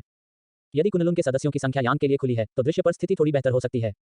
10 कोटा निश्चित रूप से पूरे ब्रह्मांड के लिए बहुत कुछ नहीं है, लेकिन अगर ये यान केवल कुनलुन सदस्यों के लिए 3 या 2 कोटा खोलता है तो अन्य उच्च स्तरीय ब्रह्मांड सभ्यताएं इसके बारे में नहीं सोचेंगे। क्योंकि कहने की जरूरत नहीं है, इन तीनों या 2 स्थानों का जन्म 3 प्रमुख ब्रह्मांड स्तरीय सभ्य प्राणियों में होना चाहिए। ये यान के पक्ष में एक कुनलुन सदस्य कोटा एक बार में जारी किया गया था। जेंडिया को हटा दें, गुडाचो और यारंटी 3 ब्रह्मांड स्तरीय सभ्यताएं 3 कोटा हैं और बाकी के लिए 7 कोटा के रूप में कई हैं। इस तरह दृश्य पर अरबों ब्रह्मांड उच्च स्तरीय सभ्यताओं को तुरंत चौंका दिया जाएगा। पागल। आखिरकार इस तरह की चीजों के लिए वे पूरी तरह से इस पर लड़ सकते हैं, क्योंकि आखिरकार यह एक साधारण अर्थ में कठोर शक्ति की प्रतियोगिता नहीं है, बल्कि स्वर्ग और पृथ्वी, अमृत और महिलाओं की विशेष काया की खोज है। इन 2 चीजों को खोजने के लिए भाग्य का भी इसके साथ बहुत कुछ है। यदि आप भाग्यशाली हैं तो एक बार जब आप कुनलुन सदस्य बन जाते हैं, भले ही उनकी सभ्यता का स्तर अधिक न हो तो उनके पास सीधे एक ब्रह्मांड स्तर की सभ्यता के बराबर स्थिति होगी।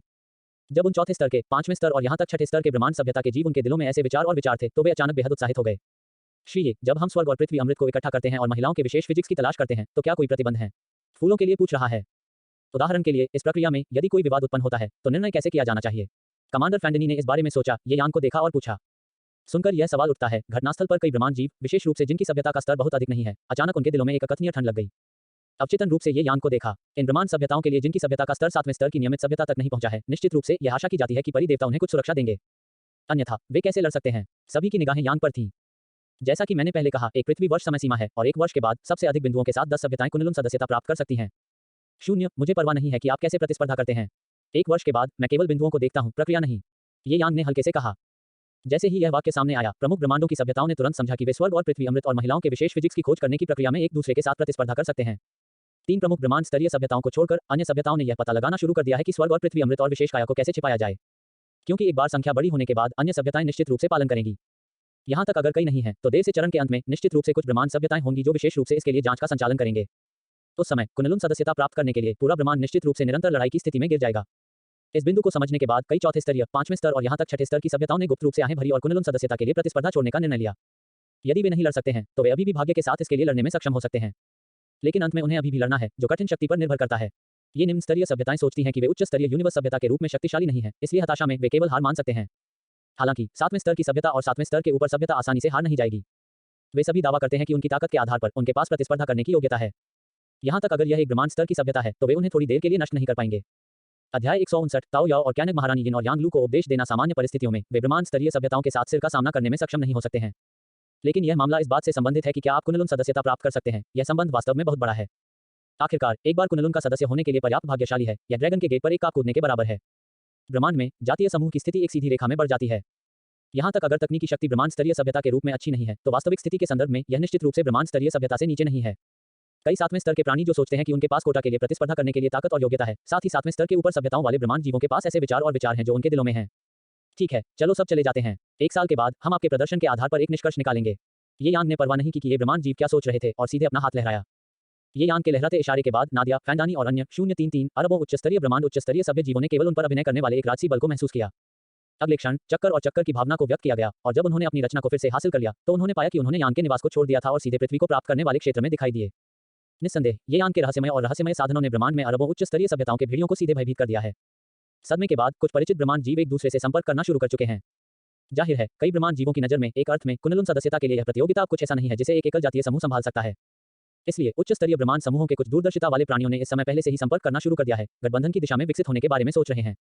इस समय नादिया, फैंटनी और बोहे गुडा के सुपर ब्रह्मांड सभ्यता के कमांडर, 3 ब्रह्मांड स्तरीय सभ्यताओं के कमांडर एक साथ एकत्र हुए। इस बार कुनलुन सदस्यों की संख्या के लिए प्रतिस्पर्धा के बारे में मुझे लगता है कि हमारे 3 प्रमुख ब्रह्मांड स्तरीय सभ्यताओं को पहले से एक समझौते पर पहुंचना चाहिए। आखिरकार हम इतने लंबे समय से एक दूसरे के साथ उलझ गए हैं और हम एक दूसरे की ताकत के बारे में बहुत स्पष्ट हैं। कुछ अनावश्यक नुकसान से बचने के लिए आइए सभी अपने विचारों के बारे में बात करते हैं। वैसे भी मुझे नहीं लगता कि इस मामले में सीमा पार एक दूसरे के साथ प्रतिस्पर्धा करना हमारे लिए एक बुद्धिमान बात है। नादिया ने फैंडानी और बुच को देखा और कहा, हमने भी ऐसा सोचा। नादिया के प्रस्ताव पर सहमत हुए फैंडानी और बुच ने एक दूसरे को देखा। वास्तव में जब वे तीनों एक साथ इकट्ठा हुए तो उन्होंने पहले ही कुछ प्रवृत्ति दिखाई थी। इतना ही नहीं, मुझे लगता है कि अब से हमारे 3 ब्रह्मांड स्तरीय सभ्यताओं के बीच संबंध कुछ बदलावों से गुजरना चाहिए। क्या आपने हाल ही में देखा है कि इन कुनलुन सदस्यों के पास गुट हैं? आखिरकार हम पृथ्वी पर प्राणी नहीं हैं, उनकी नज़र में हम बाहरी हैं। यह कहा जा सकता है कि हम तीनों भविष्य में कुनलुन से जुड़ेंगे और यह लगभग एक निश्चितता है।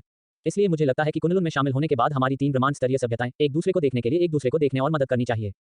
फैंटानी ने कहा, मैं पूरी तरह से सहमत हूँ। चूंकि यह मामला है, आइए पहले इस समझौते को अंतिम रूप दें। 3 ब्रह्मांड स्तर के सभ्यता कमांडरों ने एक दूसरे को मुस्कुराया। बैठक के परिणामों से बहुत संतुष्ट। समय जल्दी से उड़ जाता है और 1 महीने में एक पलक झपकते ही बीत चुका है। तीर्थयात्रा के लिए पृथ्वी पर आने वाले ब्रह्मांड की उच्च स्तरीय सभ्यताओं ने सभी को छोड़ दिया है। सभी प्रमुख ब्रह्मांड सभ्यताएं और उनकी अधीनस्थ सभ्यताएं स्वर्ग और पृथ्वी, अमृत और महिलाओं के विशेष काया की तलाश कर रही हैं। इस प्रक्रिया में कहने की जरूरत नहीं है, सबसे कुशल लोग स्वाभाविक रूप से ब्रह्मांड स्तर पर 3 सबसे शक्तिशाली सभ्यताएं हैं। इन तीनों ब्रह्मांड स्तरीय सभ्यताओं की अपनी अधीनस्थ सभ्यताएं हैं। इसलिए अपने संबंधित जातीय समूहों के कुनलुन सदस्यों की संख्या सुनिश्चित करते हुए गैंडाया, गुदाचाओ और यालांडी की 3 ब्रह्मांडीय स्तरीय सभ्यताएं इस बार महान प्रयास कर रहे हैं। आखिरकार यदि उनकी अधीनस्थ सभ्यता एक जगह पर कब्जा कर सकती है तो इसका भविष्य की स्थिति पर भी काफी प्रभाव पड़ेगा, जिससे उन्हें कुनलुन में शामिल होने के बाद बड़ा कहने की अनुमति मिलती है। इस संबंध में 3 ब्रह्मांड स्तरीय सभ्यताएं सही सामंजस्य में हैं। इसी समय 7वें स्तर पर और उससे अधिक समय में अन्य सभ्यताएं वास्तव में अपने स्वयं के विचार हैं और विशेष फिजिक्स के साथ भूमि खोलने वाली अमृत और महिलाओं को खोजने के लिए अपनी पूरी कोशिश कर रही हैं। भले ही ये सभ्यताएं इससे पहले एक निश्चित ब्रह्मांड स्तर की सभ्यता की अधीनस्थ सभ्यता हो सकती हैं, जब तक कि वे कुनलुन सदस्यता कोटा प्राप्त कर सकते हैं, वे इस कोटा का उपयोग अपने जातीय समूह की स्थिति में बहुत सुधार करने के लिए कर सकते हैं। इस तरह इन सभ्यताओं और 3 प्रमुख ब्रह्मांड स्तरीय सभ्यताओं के बीच संबंध एक गुणात्मक परिवर्तन से गुजरेंगे। शायद एक अधीनस्थ सभ्यता से एक अच्छे सहकारी संबंध के साथ एक ब्रह्मांड सभ्यता में बदलना संभव है।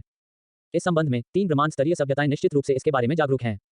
लेकिन 3 ब्रह्मांड स्तरीय सभ्यताओं के लिए उनके पास इस मामले पर एक दूरगामी दृश्य है, इसलिए वे इसके बारे में परवाह नहीं करते हैं। संक्षेप में, इस महीने के दौरान पूरा ब्रह्मांड कार्रवाई में है। यद्यपि उन चौथे स्तरीय, 5वें स्तर या छठे स्तर की सभ्यताओं के साथ साथ स्तर से नीचे की सभ्यताएं मूल रूप से कुनलुन सदस्यता के लिए इस प्रतियोगिता में भाग लेने के लिए पात्र नहीं है, लेकिन उनके जैसी निम्न स्तरीय सभ्यताओं के मूल रूप से अपने स्वयं के वरिष्ठ हैं। सभ्यता से संबंधित है। यह इस कारण से है कि इन ब्रह्मांड सभ्यताओं को अकेला नहीं छोड़ा जा सकता है। ये यांग स्वाभाविक रूप से इस बात से अवगत थे कि इस दौरान ब्रह्मांड में क्या हुआ था।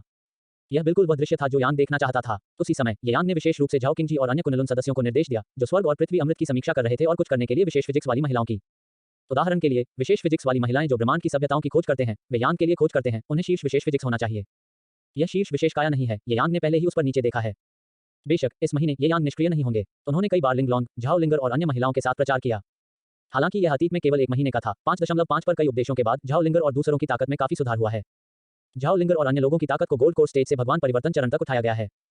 लिंगलॉन्ग की ताकत को भी गोल्डन इमोर्टल मिडिल स्टेज से गोल्डन इमोर्टल पीक तक उठाया गया है और वह सिर्फ एक कदम के साथ अमर राजा के दायरे में प्रवेश कर सकती है। इसके अलावा इस समय के दौरान ये यांग ने भी सफलतापूर्वक तियाने पगोडा को प्रचारित किया। इन दो लड़कियों के लिए उनकी ताकत क्षेत्र बहुत अधिक है। ये यांग उनके साथ रिकॉर्ड करने और प्रचार करने के लिए तियान दी यिन और यांग का उपयोग नहीं करते हैं। आखिरकार वह पूरी तरह से सहज नहीं हो सकता है। महारानी कैनेक के पास ये यांग के साथ प्रचार करने के लिए कोई प्रतिरोध नहीं था, इसलिए वह सीधे सहमत हो गई। क्योंकि इससे पहले महारानी कांग ने यांग के लिए पूरी तरह से आत्मसमर्पण कर दिया था। यह उल्लेख करने के लिए नहीं कि महारानी कैनेक अभी भी तू यांग के सामने एक चींटी की तरह था, जो ताओयाओ को अलग अलग देखने के बाद जो कि डिटैचमेंट में कदम रखते हुए देख रहा था, जिससे महारानी कैनेक को पूरी तरह से अन्य विचार नहीं थे। अध्याय 160 चतुराई को चतुराई से गलत समझा जाता है और ताओयाओ पूरी तरह से वश में है। जब ये यांग ने इस संबंध में अपने विचार व्यक्त किए तो महारानी कैनेक को पता था कि चूंकि वह विरोध नहीं कर सकती है, इसलिए वह भी आज्ञा मान सकती है। इस तरह यह तू यांग पर एक अच्छी छाप छोड़ सकता है। ताओयाओ के लिए ताओयाओ शुरुआत में यांग को प्रचार करने के लिए तैयार नहीं था, लेकिन अंत में उसने यह भी पता लगाया निश्चित रूप से जो ताओयाओ के बारे में सोच रहा था वह वास्तव में तू यांग को आत्मसमर्पण करने के लिए नहीं था। इसके बजाय वह यांग को आत्मसमर्पण करने का नाटक करना चाहता था ताकि तुम यांग अपनी सतर्कता को आराम कर सकें। जब ये यांग उसे भविष्य में अमर करने की दुनिया में वापस लाते हैं तो उसकी पारलौकिक स्तर की ताकत के साथ पक्षियों के उड़ने के लिए आकाश पर्याप्त नहीं है जो इसे रोक सकता है। बेशक इस समय ताओयाओ की इस तरह की सावधानीपूर्वक सोचने का कारण यह है कि ताओयाओ को पता है कि ये यांग के उद्देश्य को वश में करने का मुख्य तरीका है कि डोजुन द्वारा बनाई गई खेती तकनीक तियान दी यिन और यांग रिकॉर्डिंग पर भरोसा करना। अब जब ताओयाओ ने पार कर लिया है तो उसे विश्वास है कि वह स्थानांतरित होने के बाद वह अब दाओजुन द्वारा बनाई गई खेती तकनीक से प्रभावित नहीं होगी। यह इस कारण से ठीक है कि ताओयाओ ने यांग के विचार को पकड़ा था जो उसके लिए प्रचार करना चाहता था। उसके दिल में ऐसा छोटा विचार पैदा हुआ। ये यांग ने इस बारे में परवाह नहीं की और किसी दिन किसी भी गंभीर विचार के बारे में परवाह नहीं की। ये यांग के स्वर्ग और पृथ्वी यिन और यांग रिकॉर्ड को लंबे समय से 16 बार गुना जादुई शक्तियों द्वारा मजबूत किया गया है। साथ ही यह पृथ्वी पर है, भले ही ताओयाओ को अलग किया गया हो, उसे केवल ये यांग द्वारा हेरफेर किया जा सकता है। और जब ताओयाओ ने तू यांग को जमा करने का नाटक किया तो ये यांग ने बस ताओयाओ को उपदेश दिया। यह सिर्फ इतना है कि जब यू ताओयाओ उपदेश दे रहा था, उल्टी यांग ने सीधे क्यू को एक साधारण व्यक्ति बना दिया। ताओयाओ के पारगमन के बाद हालांकि उसकी इच्छा बहुत मजबूत है, वह एक सामान्य व्यक्ति बन गई है। साथ ही ये यांग की अलौकिक शक्तियों को 16 बार मजबूत किया गया है। तियान दी यिन और यांगलू ताओयाओ के पास ये यांग के उपदेश की शक्ति का विरोध करने का कोई तरीका नहीं है। अंत में ये यांग तियान दी यिन और यांगलू के आधार पर ताओयाओ को वश में करने में सफल रहे। वास्तव में अगर तियान दी यिन और यांगलू को गुना करने की अलौकिक शक्ति द्वारा 16 बार मजबूत नहीं किया गया था तो ये यांग वास्तव में आत्मसमर्पण करने के लिए आकाश में कूदने में सक्षम नहीं थे। कारण के रूप में इसे समझना मुश्किल नहीं है। ताओयाओ भागने के बाद उसकी इच्छा बहुत मजबूत थी और वह पहले से ही खेती की तकनीक की सीमाओं को पार कर चुकी थी। सामान्य परिस्थितियों में यदि ये यांग तियान दी यिन और यांगलू की सामान्य शक्ति पर भरोसा करना चाहते हैं तो वह अलग किए गए ताओयाओ को प्रभावित नहीं कर पाएंगे। हालांकि यिन एंड यांगलू को उस दिन मजबूत करने के बाद यह अलग था, विशेष रूप से अलौकिक शक्ति द्वारा 16 बार मजबूत होने के बाद, साथ ही पृथ्वी पर फिर से होने के नाते ये यांग ने पूरी तरह से ताओयाओ को एक झपट्टा मार दिया। और ताओयाओ की छोटी विचारशीलता चतुर होने का नाटक करने के बराबर है और वह पूरी तरह से खुद को शामिल कर चुकी है। जब झाओ यांग ने ताओयाओ को पूरी तरह से आत्मसमर्पण कर दिया तो उन्होंने राहत की सांस ली। अलग किए गए ताओयाओ ने झाओ यांग का पीछा किया और इससे पहले कि वह अपने दिल में लौटती, वह निस्संदेह एक टिक टाइम बम थी। अब जब यह समस्या पूरी तरह से हल हो गई है तो ये यांग को कोई चिंता नहीं है। महारानी कैनेक और महारानी ताओयाओ उपदेश टीम में शामिल हो गए, जो कि यांग की ताकत में सुधार के लिए बहुत मदद है। यू ताओयाओ, कैंगो और झाओ लिंगर के उद्देश्यों के बीच अंतराल के दौरान ये यांग स्वर्ग और पृथ्वी अमृत में ब्रह्मांड में सभी दौड़ के प्राणियों की प्रगति पर भी ध्यान दे रहे हैं और महिलाओं के विशेष शरीर को ढूंढते हैं। सामान्य तौर पर इस मामले के संबंध में परत पर दबाव परत के तहत ब्रह्मांड में सभी प्रमुख सभ्यता समूह चले गए हैं। वे कुनलुन सदस्यों की संख्या के लिए अपने दिलों के नीचे से इच्छा रखते हैं, इसलिए ब्रह्मांड के प्रमुख सभ्यता समूहों को एक अत्यंत कट्टर रवैये के साथ खुद को समर्पित करने के लिए आपको यांग की कोई आवश्यकता नहीं है। गेंडाया, गुदाचाओ और यारंटी की 3 ब्रह्मांड स्तरीय सभ्यताओं के लिए उनकी संग्रह की गति और दक्षता हमेशा की तरह शक्तिशाली हैं। कुछ अन्य 7वें स्तर के रूप में 7वें स्तर से ऊपर ब्रह्मांड सभ्यता समूहों के लिए वे भी कसकर संगठित हैं और वे थोड़ा आराम नहीं करने की हिम्मत करते हैं। ब्रह्मांड में सभी स्तरों पर सभ्यताओं के इस प्रदर्शन ने इसे देखने के बाद यांग को बहुत संतुष्ट बना दिया। इस प्रक्रिया में ये यांग ने झाओ किंगजी और अन्य लोगों को भी ब्रह्मांड की सभ्यताओं के स्वर्ग और पृथ्वी अमृत की जांच करने का अधिकार दिया, साथ ही साथ विशेष फिजिक्स वाली महिलाओं को भी। यही है, झाओ किंगजी और अन्य कुनलुन सदस्यों ने अपनी समीक्षा समाप्त कर दी है। विशेष फिजिक्स और स्वर्ग और पृथ्वी के साथ महिलाओं को सीधे यांग की गुफा दुनिया में झाओ किंगजी और अन्य कुनलुन सदस्य जे चार्म्स के माध्यम से प्रेषित किया जा सकता है। अब झाओ किंगजी और अन्य प्रारंभिक कुनलुन सदस्यों की पहचान टोकन ये यांग को भी ताओयाओ द्वारा फिर से परिष्कृत किया गया है और उनके पास बहुत सारी क्षमताएं हैं। उदाहरण के लिए झाओ किंगजी और अन्य पुनर्जन्म शक्ति के 6 रास्तों को उधार लेने के लिए अंक खर्च कर सकते हैं, इस प्रकार बेहद शक्तिशाली लड़ाकू शक्ति और इतने पर। संक्षेप में पहले की तुलना में फिर से परिष्कृत पहचान टोकन की उपयोगिता कम से कम 10 गुना बढ़ गई है। स्वाभाविक रूप से झाओ किंगजी और अन्य लोगों को इस बदलाव पर बहुत गर्व था। जब वे सदस्यों के पहले बैच के रूप में कुनलुन में शामिल हुए, झाओ किंगजी और अन्य लोगों को एक पुराने सदस्य के रूप में माना जाने की उम्मीद थी। और अब जब यह उपचार आखिरकार आ गया है, अगर भविष्य में कुनलुन में शामिल होने वाले नए सदस्य हैं तो उनकी स्थिति निश्चित रूप से झाओ किंगजी और अन्य लोगों के लिए तुलनीय नहीं होगी। झाओ किंगजी और अन्य स्टेटस जे पेंडेंट के कार्य में सुधार के अलावा उनके अंक अब अमृत प्राप्त करने और विशेष फिजिक्स वाली महिलाओं को खोजने से प्राप्त नहीं होते हैं। आखिरकार संपूर्ण पृथ्वी ब्रह्मांड अब स्वर्ग और पृथ्वी अमृत की खोज कर रहा है और हर जगह विशेष भौतिकी वाली महिलाओं की खोज कर रहा है। ये चीजें केवल ब्रह्मांड में प्रमुख सभ्यताओं के प्राणियों द्वारा की जा सकती हैं। झाओ किंगजी और अन्य लोगों के लिए कुनलुन सदस्यों की पहली पीढ़ी उनके साथ प्रतिस्पर्धा करने के लिए अनुचित है। और झाओ किंगजी और अन्य कुनलुन सदस्य दूसरों से पीछे नहीं रह सकते हैं, इसलिए अब झाओ किंगजी और अन्य स्वर्ग और पृथ्वी अमृत की समीक्षा करते हैं और एक आयोग प्राप्त करने के लिए प्रमुख ब्रह्मांड सभ्यताओं से प्राप्त विशेष काया रैक अनुपात 1000 से 1 है, अर्थात जब कॉस्मिक सभ्यता की उन्होंने समीक्षा की तो 10 मिलियन अंक प्राप्त किए, फिर झाओ किंगजी और अन्य को 10,000। ये थी आज की कहानी। अगर आपको एक्सप्लेनेशन पसंद आई हो तो लाइक, शेयर और सब्सक्राइब जरूर करें। अगली वीडियो में हम इस यूनिवर्स के और सीक्रेट्स एक्सप्लोर करेंगे। Thanks for watching. Welcome to Kahani universe.